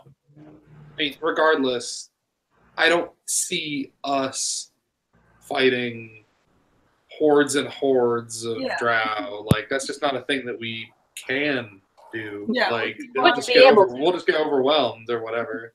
We're not going to hunt down women and children. Way of, I can't imagine a situation in which we would accidentally commit genocide. I can totally imagine a situation in which we accidentally walk into a room with way more dudes that want to kill us in it than we expected there to be, and we get genocided. For what it's fair, to be fair, I expect there to be a lot of them, so that's going to be tough. Is there any way we can disguise ourselves to avoid immediate, death? Normally, a plan like that would require one person they know and trust, and the only one of us they know they super don't trust. Maybe we should just see what this challenge is first. Yeah, let's get through this first, and then we can try and be, sneaky about the rest of it. We've done that before. Just waiting for Morgan to get back so I don't have to explain this again. Yeah, we can definitely do our best to just get in, see what we can see, do what we can do, kill who we can kill, and then get out. I'm not gonna lie, I believe that there's a pretty good chance that Nathan is being held by these people. So just to be clear, these people are slavers and horrible people, right? I mean, they're pretty horrible people. I mean, I was born into, soldier servitude, whatever that's called. I was far from the only one. They didn't treat us right. Well. I mean, I also just don't want to accidentally kill Trebs. Yeah. I'm probably not, I don't know, not the only nice guy there, but like I can't promise this is going to be like clear cut or good or nice or anything like that. The more we talk about it, the less great I feel about it, but I still know I have to do what I have to do. Okay. All right. Okay, I'm here. Okay. Quentin sort of looks over all of you and says, before I send you through on this, and just to make sure that you are fully committed to this and fully prepared, I do have one final challenge for you. And as he turns to face you, you can now see that the deep gray irises you had seen previously seem to be shimmering, almost a deep silver light. And before you, you see him bend and change and grow into a large, very large steel dragon. Oh, word. That now that surveys all of you and speaks in a low tone. Huh. Let's see what you all can do. Roll initiative. Sure. God, I love it. On You from before? Morgan, did you miss that? Yeah, I did. Sorry. Roll initiative. Quentin's a dragon. What? I'm sorry. What? Quentin's a dragon. But is he fighting us out of malice? Test. He's to test us. Fuck. Oh, nat 20. Great. Whoops, nat 20. What am I going to do? Oh yeah, me too. Oh wait. I got a 24. Nice. I don't Shit. want to go first. Well, yeah, I guess that technically gives me a 23, so. I rolled a 19. Nice, you rolled a 20. Oh, that sucks. Crit failed my lock picking. Rolled a 19 on my initiative. Okay. Backwards mix. 25 to 20. 24. 24 for Nyx. 23. 3 from Arleman. Armel. 22. 2 from Armel. 18 to 15. 18. 8. 18 from you as well, Fader. Yes. Okay. 15. 15 from Trev. Oh, boy. And the dragon actually goes last. All right, he's giving us a chance. That He's everyone? giving us the first blow like a real gentleman. Yes, that is everyone. I mean, he's not... I, He's very clearly waiting for you to strike first. Even if he had gone first, he would have waited. Okay. So. You are all in a semicircle around the now very large draconic form of Quentin. Hey, is Petunia here? No. No. Good. You are approximately, let's say, 60 feet away. And he is on a raised dais in front of you. The room is 100-foot long in each direction, as well as 100-foot high. These are your dimensions. Let's go with Nyx first. Nyx. But it's like empty otherwise, besides us in it? Yep, it is completely empty. Why'd you make a Nyx death trap? All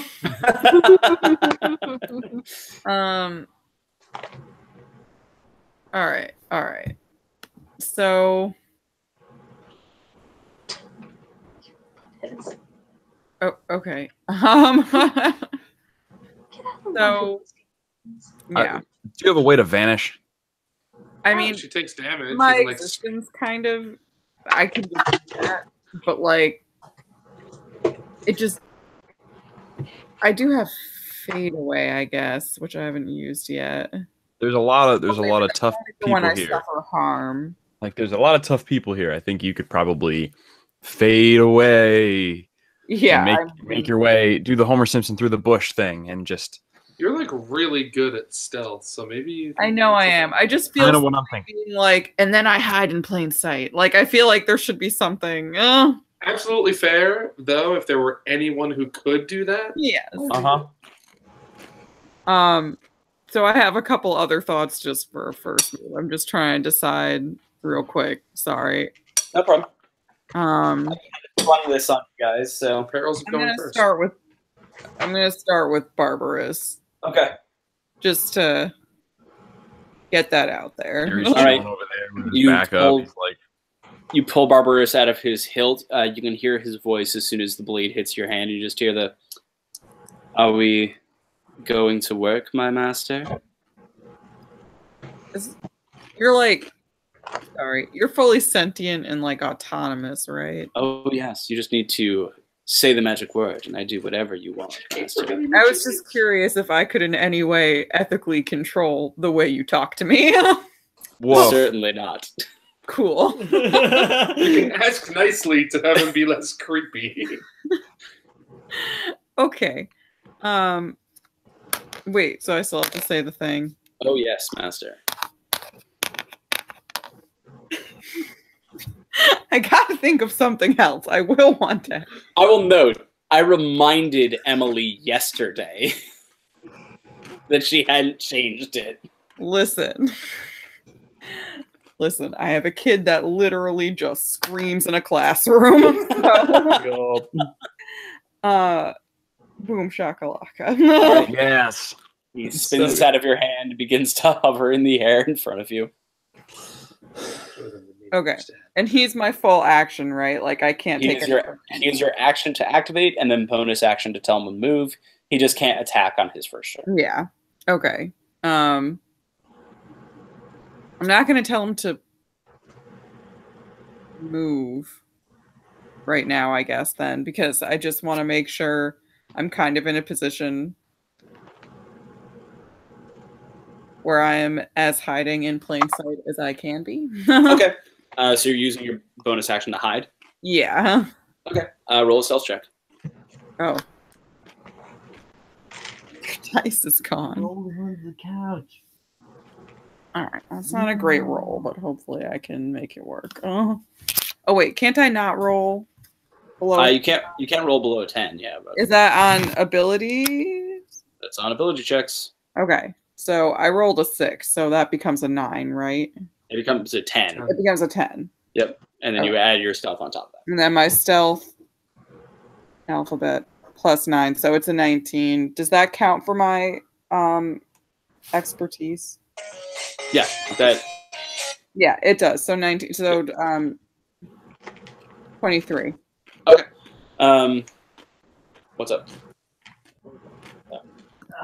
So yeah, you duck down as best you can and attempt to hide behind your compatriots, kind of using the shadows that they cast to just sort of, take a position.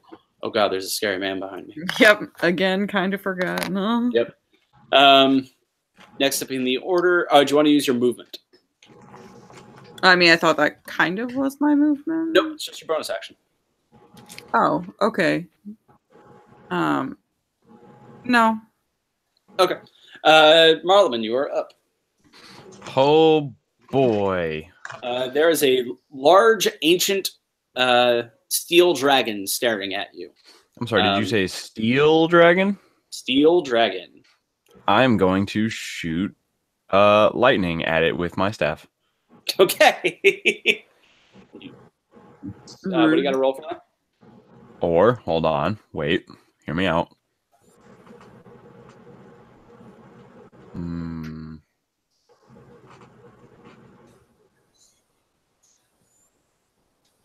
No, I lie. I cast Shatter. Okay. What does Shatter do? Shatter, creature takes 3d8 thunder damage. Okay. On a failed save. It's a Okay. Constitution saving throw. All right. And it's a creature made of what I would consider, is he inorganic or organic? He's completely organic. But would that be a metal thing? Okay. They're not made of metal. It's They're just not made of metal. They're metallic dragons. And It's they just- are totally metal, but Yes, they are very. Okay. They're very metal. yeah, they're It has, metal. to do with But it has to do with the coloring of the scales, not it's their the actual- coloration and composition of the scales. Well then I take it back. I'm gonna zap him with the staff. Okay. Staff of Thunder and Lightning. Using the lightning portion, I assume. Yes, sir. All right. What does that do? Let's see. Action 2. Cause a bolt of lightning to leap from the steps. Staff's tip in a line that is 5 feet wide and 120 feet long. All right, so you can definitely hit him. Each creature in that line must make a DC 17 dex saving throw. Okay. We're in a semicircle, so I imagine none of us are. That is correct. He rolled a 26 on his dex save. That seems good. That's What does he take on a half save? On a success? half as much damage. Okay, roll your damage. 96. Let me pull out one of my D6s. That's the square one. Yes. So we've got 4, 9, 5. Is anybody else counting these? Jack is that way. No, I wasn't. Sorry. Do that again. 4, 9, 5. 4, 9, 5. Got it. So 18. 5. 3. 5. 28. 3. 31. 6. 27. 5. 42. And one more. 2. So 44, so 22 points of damage. Well done, sir. Zap. He kind of rolls his shoulders and, doesn't seem to really... It definitely tickled. I look up and I yell back, I know this is a test, but I'm sorry if I hurt you there. You just hear a low growl. Armil, you're up. All right. Just a question for Aramil's sake. Is the guy a beast? He is a dragon. Probably not a beast. No. I'm going to... Hang on, just as a question, what were you going to try and do? Dominate beast? Yeah. You would need a dominate monster for this. He's a monster. Yes, dragons are technically a monster. I'm gonna stay in my elven form for now, and I will cast lightning bolt at him. So much lightning flying around. Yeah. Well, he shouldn't be made of steel then. He's I figured I'd stay in the same vein. So good. okay. Steel? I don't know. Dex saving throw again. Yeah, must make a dex saving throw. That is a natural 1. Yeah, no. Give him the business. I will give him the business. Personal business. So yeah, roll them die.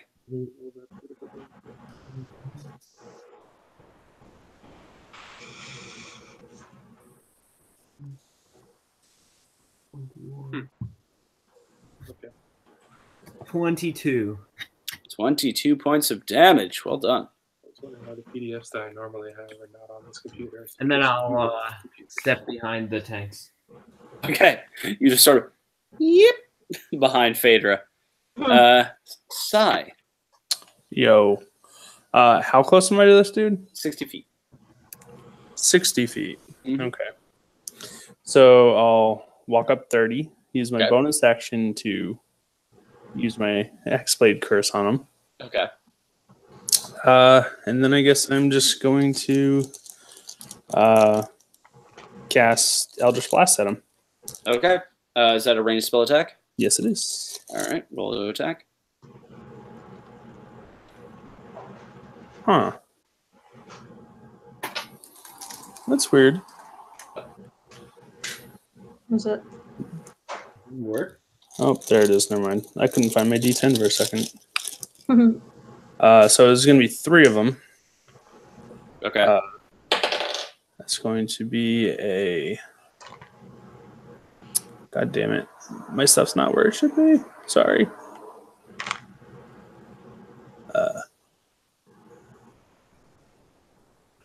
What the hell? Okay. So the first one's going to be a 15. That does not hit. Okay. Because my curse doesn't give me anything for range spell attacks. All right. That's also going to miss. Okay. And that's going to be a 21. That also does not hit. God damn.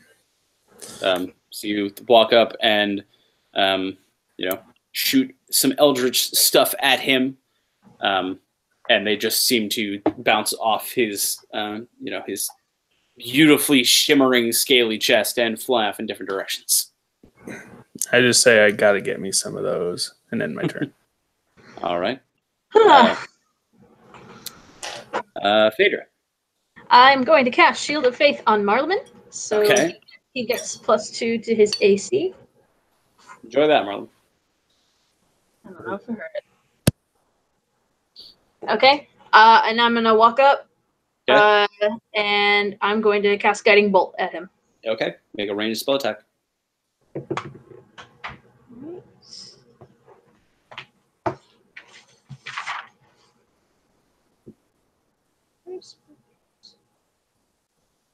So 23.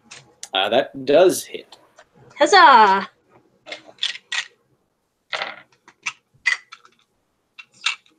How many is that again? Guiding Bolt is I just rolled 4 dice. 46. Okay.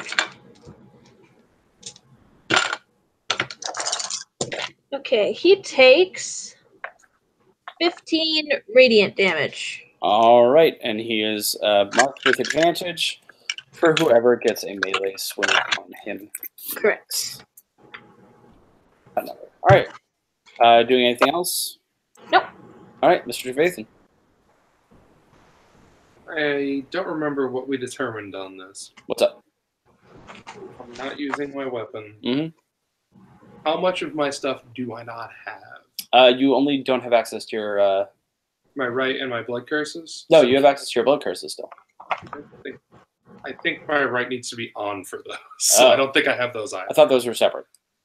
Because it's blood magic. Yeah, I mean, it's still your blood magic. Like, you can still bury your hand into your arm and, again, turn on your rights to your hands. Makes sense. It just wouldn't go to your blade. All right. I can use my regular magic. That's good. Yeah. He's too far for me to get to him and attack, correct? 60 feet. Yes, It is dim light, so you have dark velocity. Yeah, but I only have 40 feet. No, well, if I use fly to make myself able to get there, then I can't attack. Oh.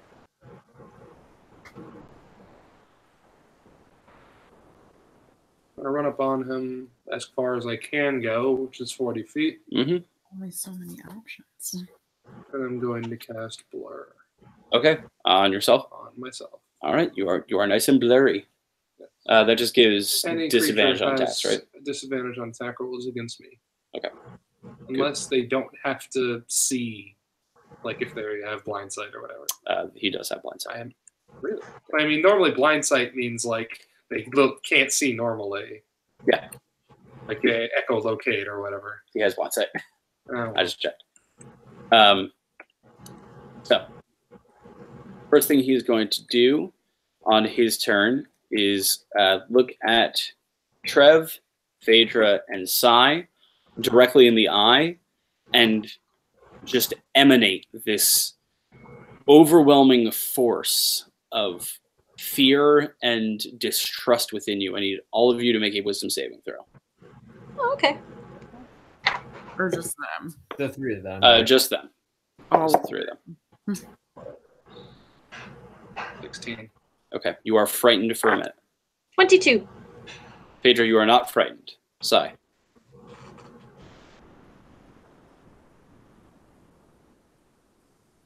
Your mic's off, Jason. Oh wait, Thank you. I'm 14. racial bonus. 18. 18? You're still frightened. Sai, what'd you get? I'm frightened. 14. Okay, you are also frightened for a minute. You cannot move towards the creature, and you cannot make any... you can make direct attack actions. You just can't move toward him. You have to move away using your movement on every turn. Have to. Yes. Can you move to 0? You can just choose to not move. Mm-hmm. You can try to like get rid of the frightening. It's fine. The next thing he is going to do is he is going to take to the sky. What? He has wings. Yeah, but this is a very small room, I thought. 100 feet across and 100 feet high. How big is this dragon? He is gargantuan. Then that I would imagine would be larger than 100 foot by 100 foot. I mean, No. he's not going. Not that big. Yeah, he's big. He's not a building. Okay. He is going to take to the sky, but he's not going high. He's just using it. He could run the same amount if he wanted to. He is going to run up on the three of you and make a bite attack on Phaedra and a claw attack on Sai and a claw attack on Trev. So the bite attack first on Phaedra. That is a 21 to hit. Yeah, that hits. Okay. That is this one. And that. That is another 2. Yeah. So that is 14 points of piercing damage. Got it. Claw attack on Sai. Yo. That is a natural 19, so a... Yeah, that'll hit. I mean, yeah, but I just want to do the math anyway. 36 to hit. Yep. Okay, that's 2d6.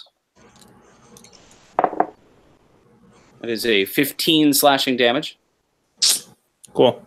And claw attack on Trevathan. That is a 19 to hit. Pretty sure that's fine. I was going to say, what's your AC now? I think it's only 18. Yeah. Oh, okay. So, same idea. That is a 15 as well, for slashing damage. And that's all he's going to do on his first turn. Thanks, Next up in the order is Nyx. Hit me. Stab it. What's up? Tell you later. I don't need it.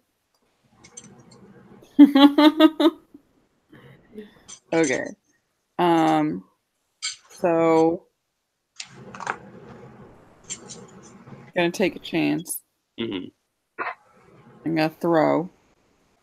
Okay. You thrown at the dragon. Yeah.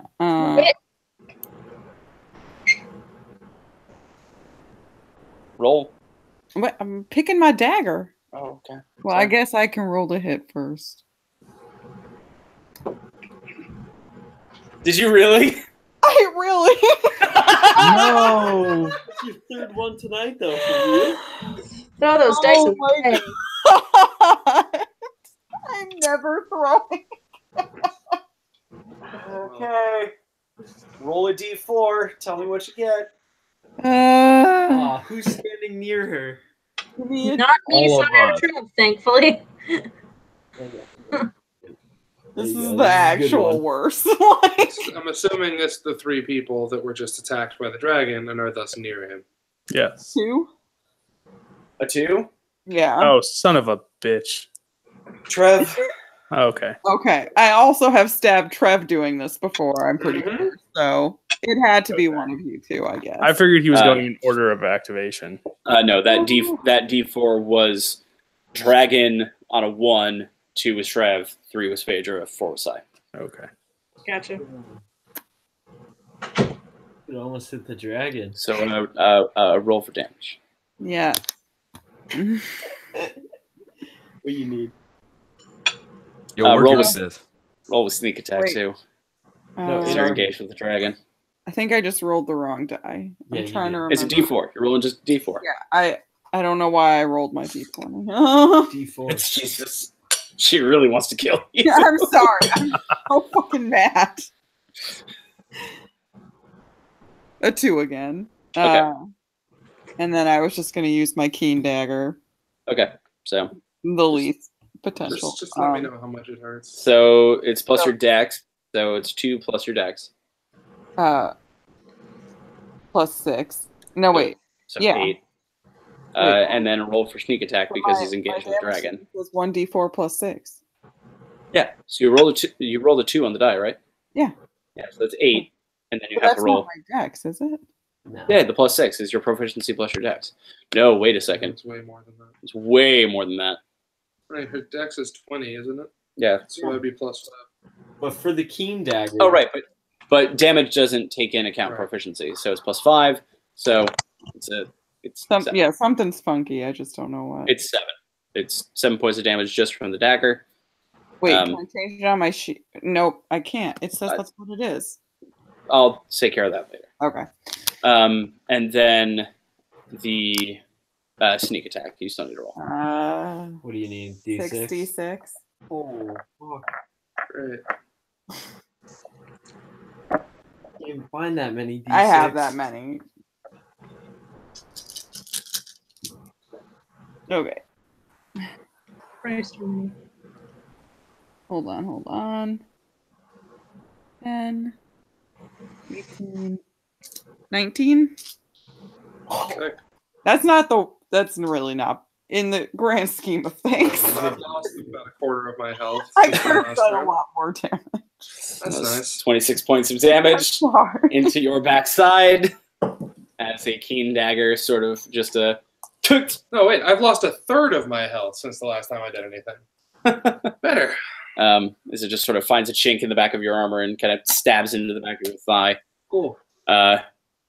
Also, I don't believe that you had your keen dagger mounted in your holster. I don't think so. So it stays. Cool. I mean, yeah. You doing anything else there, Nix? Maybe something that hurts somebody that isn't me. What'd you say? Maybe something that hurts somebody that isn't me. I mean, pull the fucking knife out would also be acceptable. I don't know how far away you are from me. He's about 30 feet in front of or 40 feet in front of you. About 30 feet as the knife flies. I'm never throwing a dagger. Crap, your speed's not even good enough to get close to me. Nope, you have to pull it out on your turn. Alright, cool. Yeah, I'm gonna... What's your other magical knife doing? It's just sort of spinning in a circle, waiting. I'm gonna ask him to please do better than me. Okay. It flies up to, it can get to the dragon because the dragon moved forward. And roll for attack with Barbarous. I don't remember how. It's the same. It's still your dex plus your proficiency, just without any, there's no attack bonus to it. It'll be +9 to your roll. I rolled a 1. Are you fucking kidding me, Emily? It's on the D4. It's for damage. Oh, Well, it still has to hit. Yeah. Oh, you told me to roll plus my... I'm sorry. I didn't. Yeah. I rolled a D4. I thought you were talking about the damage. That would... No, sorry. On the D20, I rolled an 11. Works. An 11 plus 9, right? So a 20. A 20, unfortunately, does not hit. Okay. As Barbarous just sort of pings off the large armor of the dragon, and is now spinning in its face. Okay. Oh, wait a minute. She gets advantage, right? Because of my guiding bolt? Yes. Take away that damage to your ass. Nope, because it wasn't a melee. It wasn't a melee attack. It was a ranged attack. This is technically the first melee attack. So yes, you do get advantage with Barbarous. All right, so I can try again. Yep.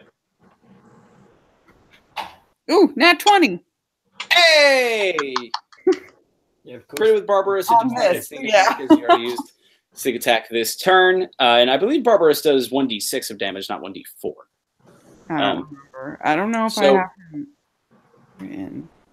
I'll find. I got too many daggers. I'll find him. For now, just roll a d6. Roll a d6. Tell me what you got. Wait, roll my what? Roll a d6. Oh, I thought he said to roll my 66, and I was like, wait, but I can't sneak attack twice, can I?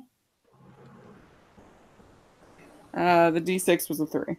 And then, did you say you were looking up what it was plus, or was that something? No, I know what it's plus. It's plus your dex. So you rolled a 3 on the d6. Mm-hmm. Okay, so that becomes 6 because it was a crit, plus a 5, so 11. 11 points of damage. Okay. All right.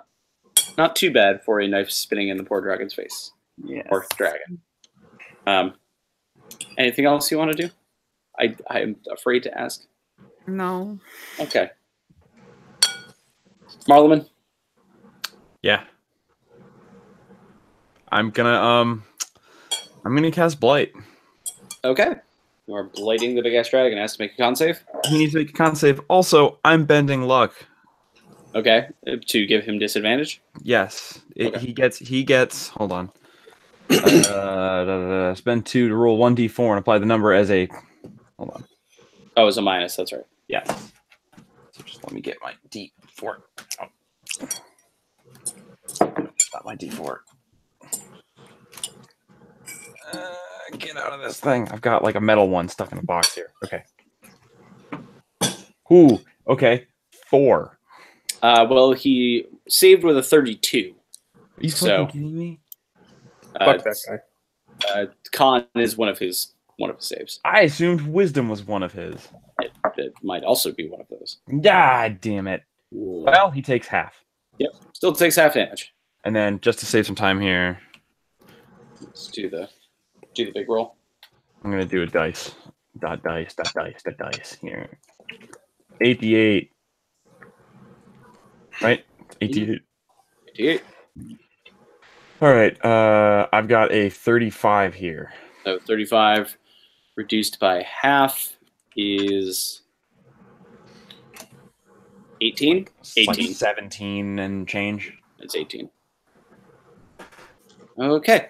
So 18 points of necrotic damage to the big ass dragon.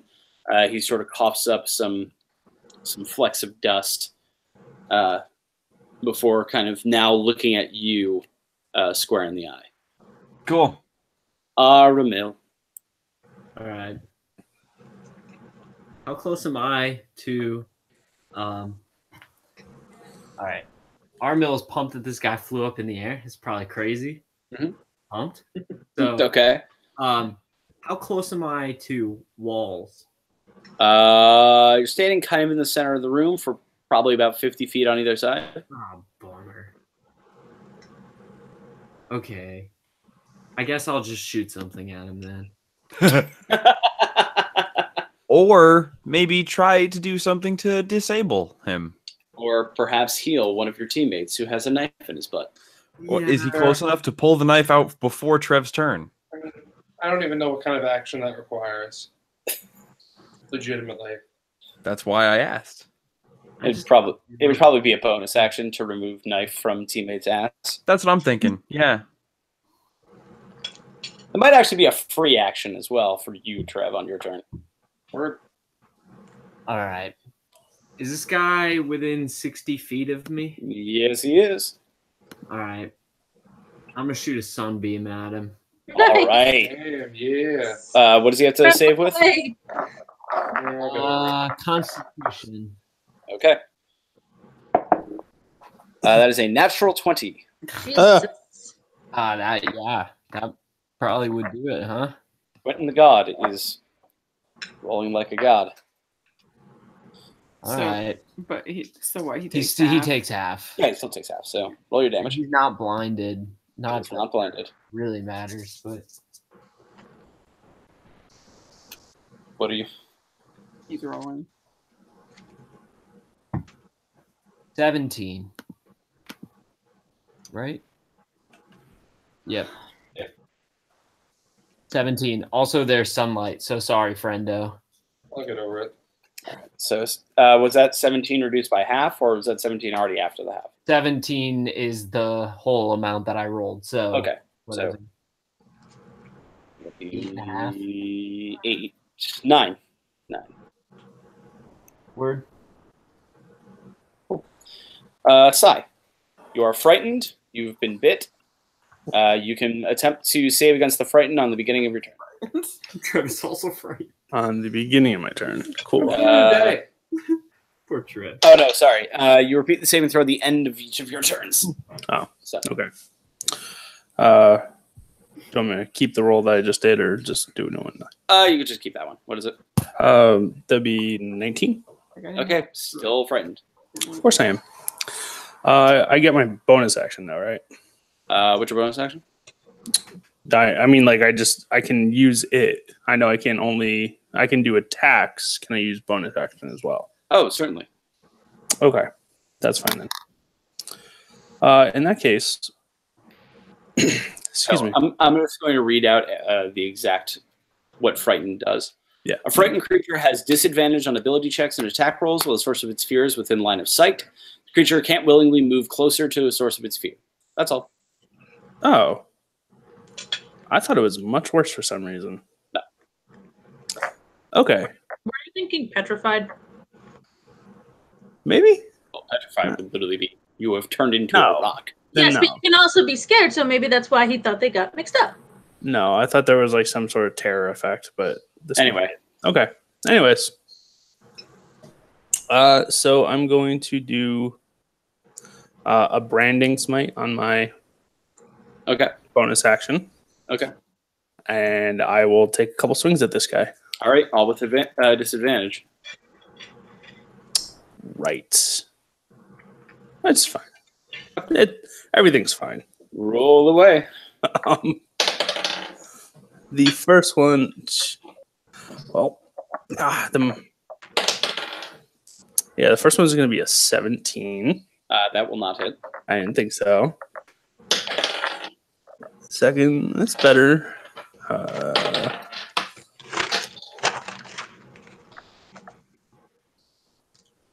23. That will hit. Hey! Well done. About damn time. So, Okay. and your third? What? Oh, you only have two. What am I thinking? Third. Yeah. Jesus Christ. I mean, you can give me a third. I'll take it. Roll your damage. So the base of this is going to be 11.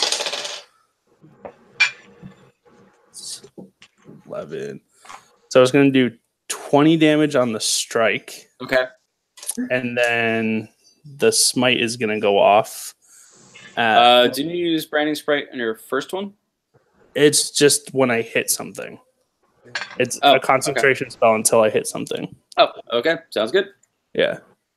So 20 on the hit, and then level 5, so it'll be 5d6. Okay. Roll away. Yeah, 5d6. So that's 4, 9 totals going by. 11, 15, 21. So 21 radiant damage on top of that. Nice. Well done.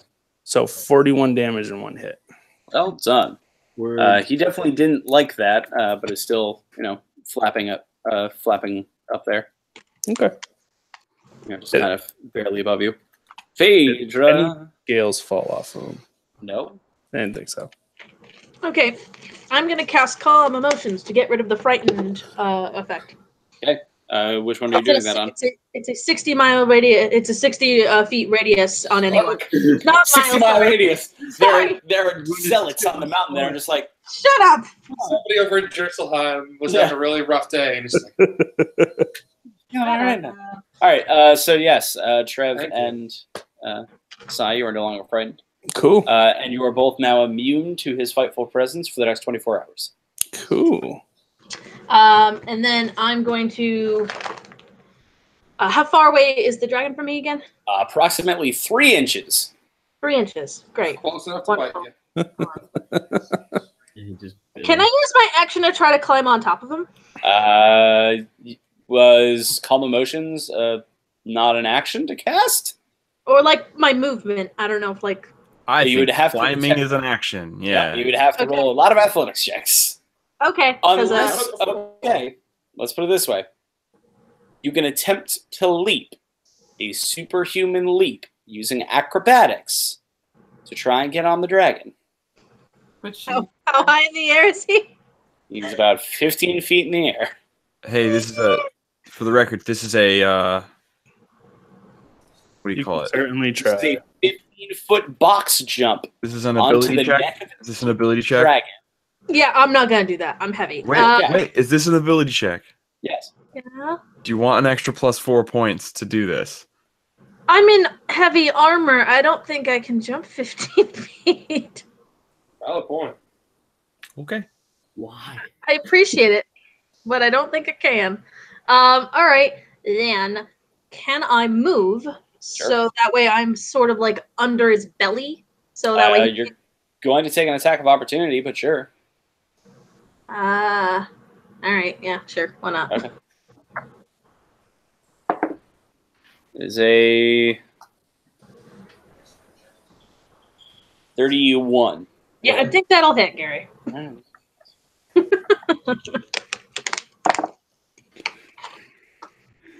That is a... Or that is how much damage? It's that much damage. 25 points of piercing damage. Okay. It's gonna explode him from the inside. You are now underneath him. Thank you. Is I'm there good. anything else you want to do? I don't think I can do anything else, so I'm good. Okay. Trev, I have so many questions about your plan. So, Yep. first question. Yep. How much will it take to get the knife out of him?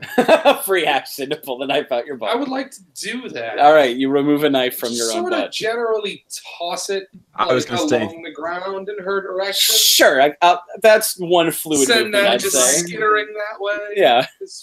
Fuck. And then I would like to, if I haven't done this already, draw the Dawnbringer. Okay. Think about a lot of things, and then attack this dude. All right, bring the dawn. 19? That will not hit. That's going to hit. 30 will hit. Yeah, 30? Yeah, 30 will hit. Cool. Roll for damage. He rolled a 5, by the way. Oh, Yes. wonderful. Which is what I was laughing at. It still ends up 19 though. Yeah, it's a plus 14 to hit with that motherfucker. Holy shit! You gave me a nice one. Those are a lot better. Jesus Christ! Alright. A lot, I'm guessing. I thought that was excited or upset. I rolled, re-rolled a 1, 1, and 2 because I can do that and got 3 6s. Oh, well, there you go.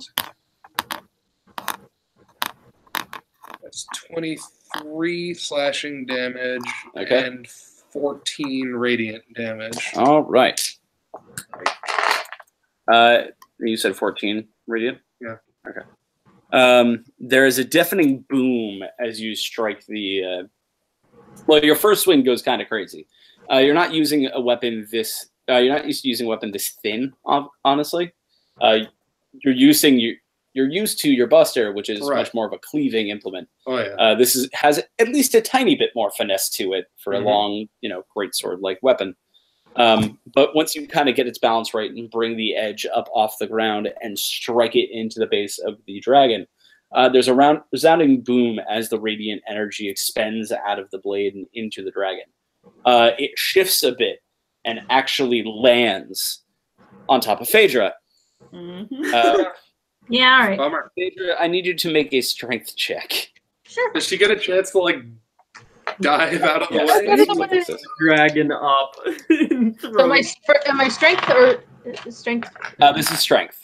How many dragons can you bench? Natural 20. Plenty.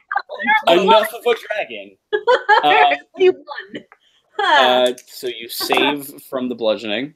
Huzzah. So you take 5 points of bludgeoning damage as the dragon comes down on your head, That's okay. but are able to step out from underneath it and off to the side.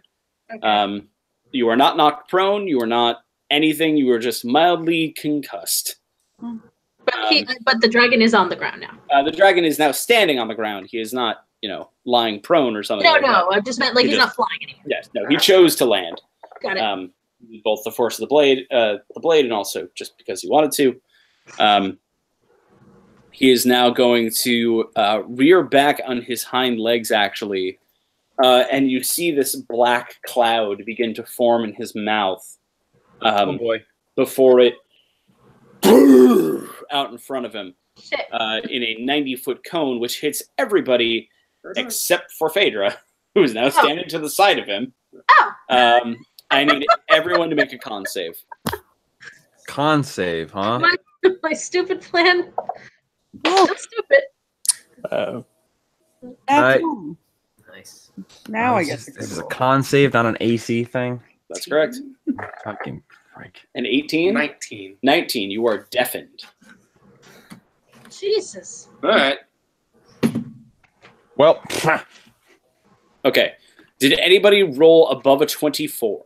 Nope. Fuck. Well, if I roll a nat 20, does that? Then you saved. You're fine. Yeah. I rolled a nat 10. Well, that's not going to do it. A deafened creature can't hear and automatically fails any ability check that requires hearing. That's Okay. So, yeah. Now you are all deafened with the exception of Nyx and Phaedra. What? Wait, what exactly did we need again to not be deafened? 24. I'm sorry, what? 23. Sad. We're awful.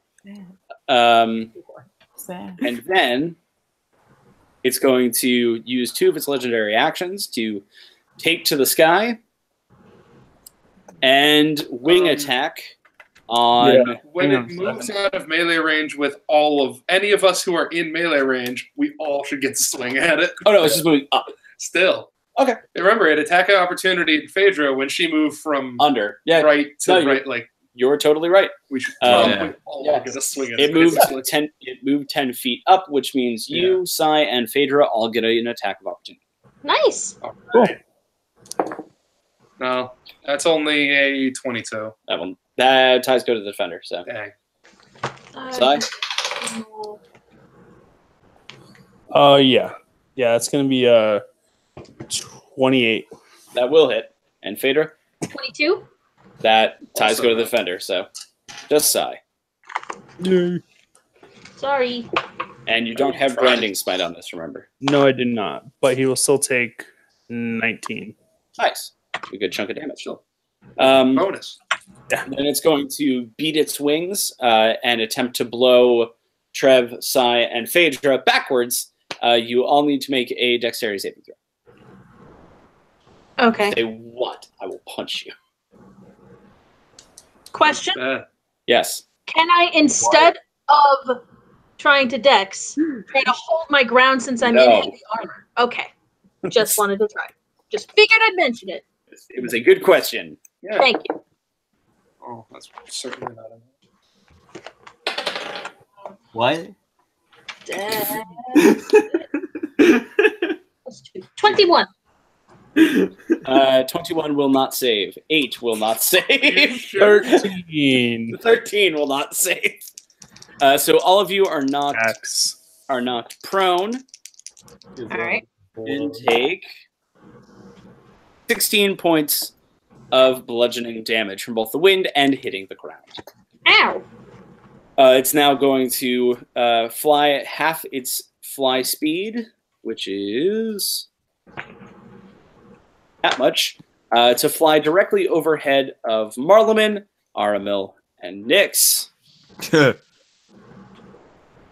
Nyx, it is your turn. Okay. This big ass dragon over you. Yeah. I have a bit of a plan as long as I can get out of here. I mean, I don't think you can communicate it to me now. I'm sorry, what? Who was deafened? Do we? The only people who are not deafened are Phaedra and Nyx. Awesome. I would like to move. Okay, where are you going? He's so large. I'm not. Is there anywhere? I mean, even if I click my boots, like, is there anywhere I can get to that's a little bit safer than directly underneath a 100 foot dragon or whatever? No, I mean, he's not 100 feet long. Yeah, the dragon is not 100 feet long. Whatever, but he's still big ass. Yeah, his wingspan is probably pretty close to that, but the dragon itself is definitely not 100 feet long. Yeah, I mean, if you click your boots together and get double your movement speed, you can get, at the very least, out from underneath him. I'd like to do that. Okay. I'm not really sure what direction. I guess behind-ish him. Okay, so you run towards the dais, towards the prone forms of your comrades. Hi, friends. Well, Hello. am I still your friend? I mean, only one of them can hear you right now. Hello. Hi. For the other Ow. two, they're on the ground and just suddenly see a gnome running at them. Looking a little bit nervous. Yes. Mom. So Mom. So he's hard for me, considering that I'm terrified of throwing my daggers. So I think I'm gonna just do a magic missile. Okay. And barbarous. Okay. So magic missile. Magic missile. I need dice. Which ones? I need 4. What am I casting at? 3. I can do it at. I think. Need XD4. Yeah. So I need 1d4. Well, yeah. I need 3d4.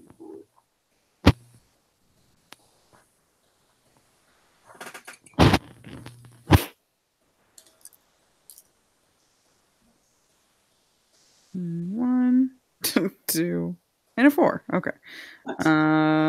6. All right. So 6 points of damage, and then roll to attack with Barbarous. As it kind of spins through the air to now chase after the dragon that left it. Mm, Emily, Plus don't you 9, do 3 right, on magic that? missiles? I did. That's why I rolled 3 die.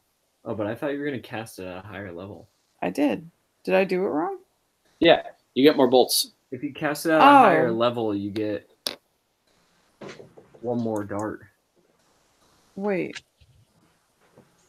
I thought I increased my die.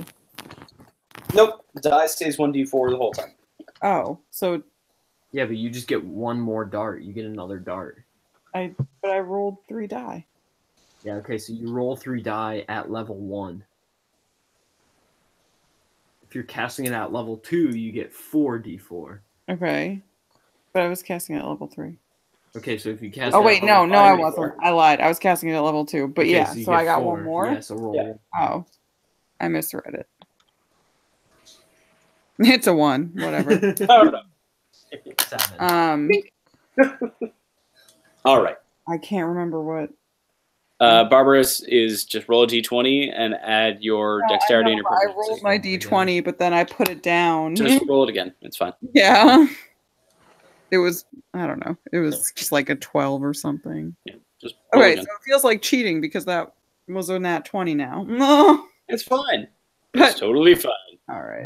So roll a d6, double it, and then add plus 4. Enough Plus 5. damage. It's whatever. I rolled a 2 on the d6. All right, so that becomes 4. So plus 5 is 9. There you go. 9 points of damage from Barbarous. Word. Anything else you want to do? Isn't that all of my actions? You still have, yes, it is. Mm-hmm. Okay. Marleman. Christ. So, how far away? He's flying. He is flying. How far away are we from walls? About 50 feet in either direction. Are there like pillars or anything in this room? Is it just a big empty room? Just a big empty room. And it's flying? It is flying about 20 feet above you. How? Oh, see, that makes sense. Okay. I'm going to... Craig. Aramil, when's your turn? After you. And you're underneath this thing. Yep. You have a plan to get out. I was Oh, gonna- Because guess- if not, it's a matter of... I need to find a way to do more than one action. That's tough. More than one what action? Oh, wait. No. So I was thinking about Spider-Man and this thing to the ground. Mm-hmm. Nice. I have a web. However, It is a 20-foot cube from the point that I point at. Mm-hmm. And if it's right above me, it's still going to land on my ass. Yes, if it gets slingshotted into the ground, it gets slingshotted. Which is why I was looking for how close it was to the walls. Gotcha. One of its wings tips is relatively close to a wall. That is the kind of thing I'm thinking about. Do you want to try and web its wing to a wall? Yeah, in my attempt here, I'm gonna go. Okay, so if this is the building, right? Yep. And he's floating like this. Yep. And we're right here. Yep. I'm gonna go as in this direction. To get away from it in the hopes that if I web it in one direction, it'll fall in that direction. I mean, not exactly. It would fall in this direction because one thing would be fixed into the air. Yeah, and then it would then my hope would be that it would swing downward. Right. If you run this way, you're running it where it's going to be penduluming. Okay, I don't want to be where it's going to pendulum. Okay, you want to run towards the spot that you're going to web. Yeah, actually. Yes, you want to run towards the fulcrum. Okay. Can I hold my action until Aramil's turn? Sure. Yes, you can. There we go. Good. Aramil, get the fuck out of here. My turn? Yep. Did you hear- he can't hear me. He can't hear you. You're correct. Does he have no idea what? He has no idea what's coming. As a free action, can I do something to you do get to attempt to repeat the save now. repeat what save? Oh, you can attempt to get undeafened. Well, that doesn't help me. Well, just roll a con save. Wait, would that have? That would be on my turn, though. It's the end of your turn. I thought I was holding my. Is that not the end of my turn? Holding your action still ends doesn't your change turn. my turn. Okay. Well, I rolled another 10. All right. Well, so you're still deafened. So yes, Armil, you can see Marleman kind of gesturing at you in a certain way. I'm pointing in the way to the. He's kind of pointing at a wing. You're not really sure what he means. I'm pointing to the wall in the direction of a wing. I'm pointing into the yes. I get it. You want me to turn into something that can fly. No, Gary put the words. Fair assumption. That's Gary, a fair assumption. No, Gary put the words into my mouth. I'm pointing at the wall, not at the dragon wing.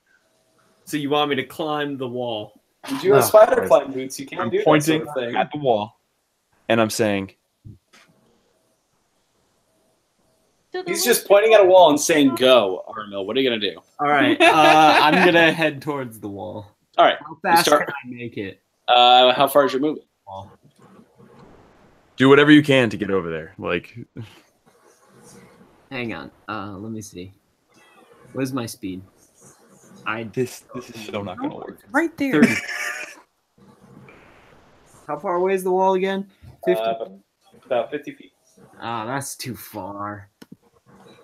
I might use my initial plan of going toward Trev, who is how far away from me? 30 feet. All right, I can make it to them. All right.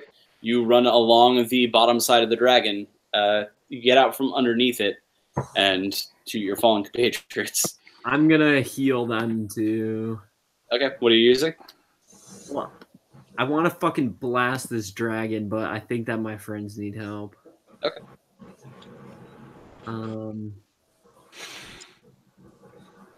What is the most pressing issue? Cure wounds or restoration? I don't know. I mean, you would definitely restore their healing, but I also have healing, so. But Trev is currently bleeding out his butt, and you can't hear what Phaedra's saying. Do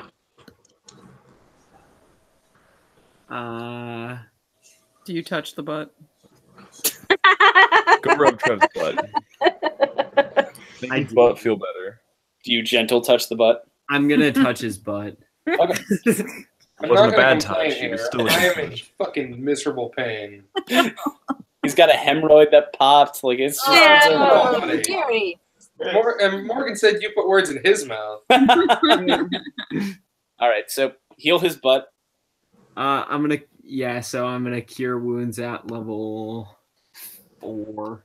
Okay. Meanwhile, that completes Aramil's action once he actually rolls the healing. So, Marleman, what are you doing? This might be one of the dumbest things I've ever done in my career here. All right. I am casting Web On the wing. Well, technically, I'm running over there first, and then I'm doing it. But right. What does he have to do for Web?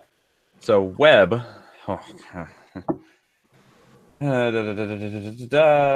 you conjure a massive thick. Hold on, this is really tiny.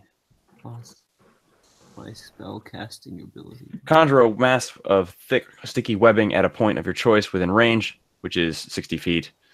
The web fills a 20-foot cube from that point for the duration. Webs are difficult terrain and lightly obscure their area. If the webs aren't anchored between two solid masses, such as walls or trees, or layered across the floor, wall, or ceiling, which is what I'm kind of hoping to do, is put it layered on a wall. It has 20 feet out. It'll grab him. It needs to make a Dex saving throw. Okay. Hold on, wait. Actually. Okay. Webs layered over a flat surface have a depth of 5 feet. Each creature that's... Dex saving throw?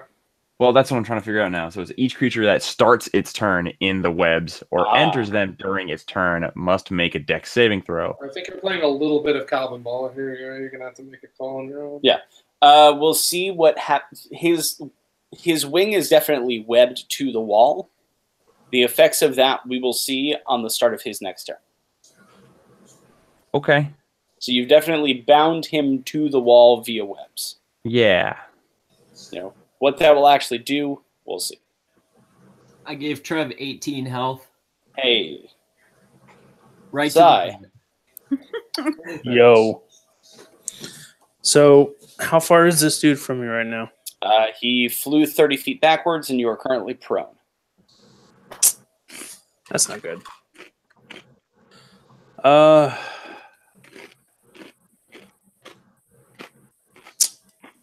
Damn it.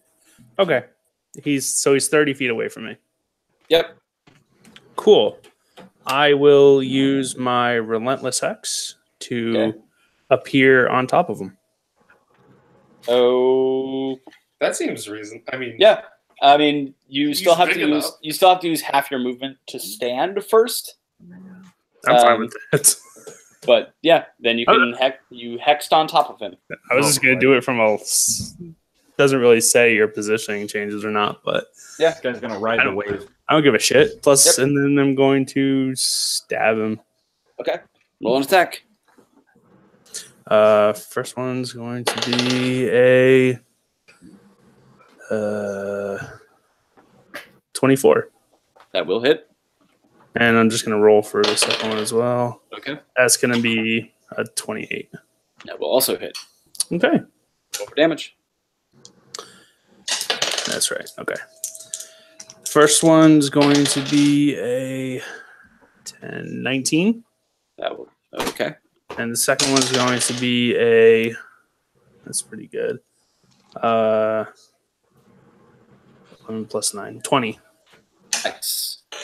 I'm rolling really well today, which is not like me. Except for saves. I can't save anything, but I can fucking stab. The save windows are very large. And also get stabbed. Now make a saving throw in the end of your turn to see if you are undeafened. It's Constitution, right? That's correct. 15. I think just straight up 15. Yeah, that won't do it. No. So I still can't hear shit either. Yep. Phaedra. I'm going to cast Mass Cure Wounds. Okay. On whoever I can get besides me. That'd be Nyx, Trev, Armil, and yourself. All right, that'll do.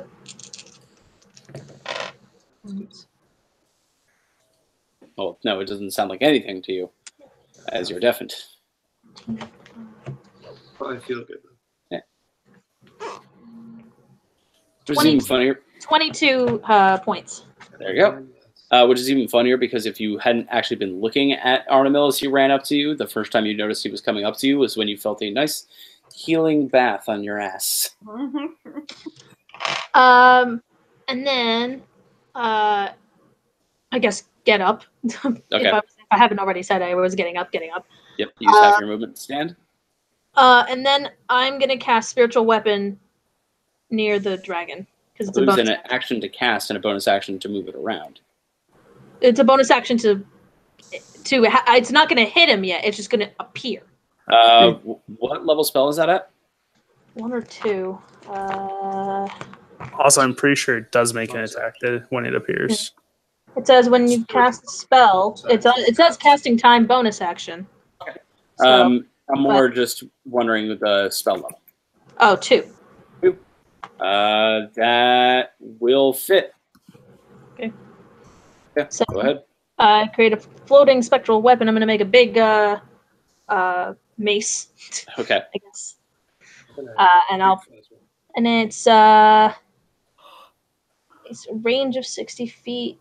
Mm-hmm. So you're just gonna put it on top of him. Yeah, like so that way, if he moves, it's gonna like hit him. Okay. Or if it's close enough that hopefully it'll be able to. I mean, when you cast the spell, you can make a melee spell attack against a creature. Like, you can just do it now. Yeah. Oh, okay. Then yeah, I would do that. I will do that. Go ahead. So do I just add my... What would I add Your to this? spell attack bonus. So, 24. That will hit. Roll 1d8 plus your spellcasting ability modifier. Huzzah! That's a 7 plus... So 11. All right. Okay, then. I would like to stand up. Mm-hmm. You know, good start. Yep. Yep. I would like to cast Fly on myself. Okay. And then I would like to... So take your fly speed, reduce it by half, but... Whatever.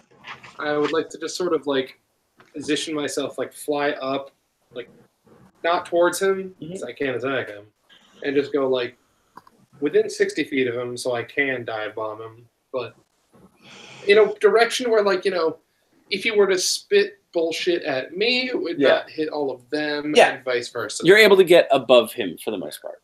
Just get up to, like, my own little, like... Yeah. You can see Sai just barely hanging on.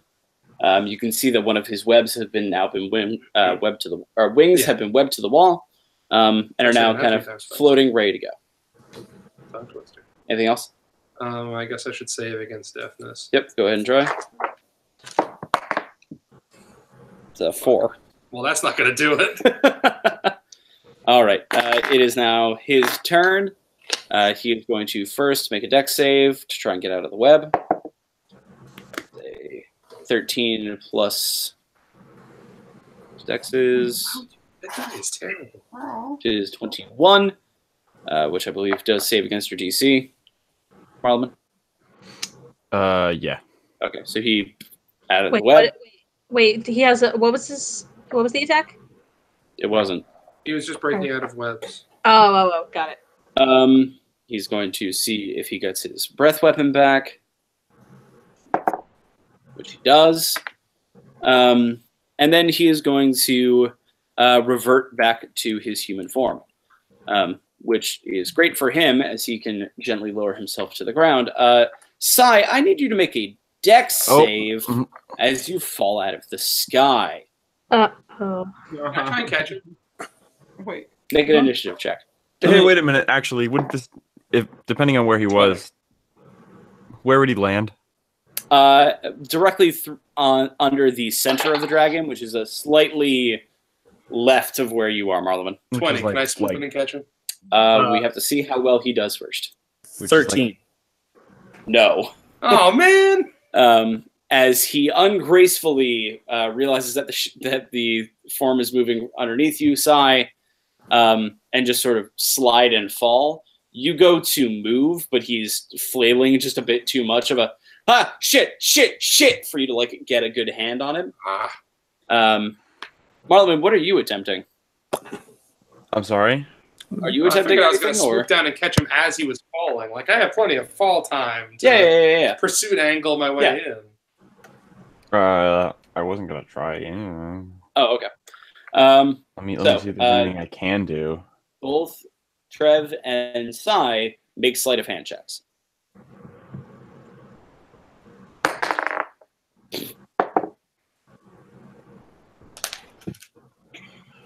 I take it that went well. Sai. I don't know. Sorry, what? Make a sleight of hand check. Which is a natural 19. Hey! Mine's a natural 20. Nice. So, y'all catch each other. Yeah, Trev, you are able to grab Sai's hand as he's flailing through the sky and gently lower him to the ground. As Quentin kind of takes his feet again and kind of brushes off a bit of his robes. You notice now, even though he has returned to his humanoid form, there's not many marks on him. You guys did just over 250 points of damage, but still seems pretty hardy. He's a freaking dragon. As he kind of looks at all of you and goes, very well. I feel you are at least sufficiently prepared for this. Let us return up top and come up with a plan, shall we?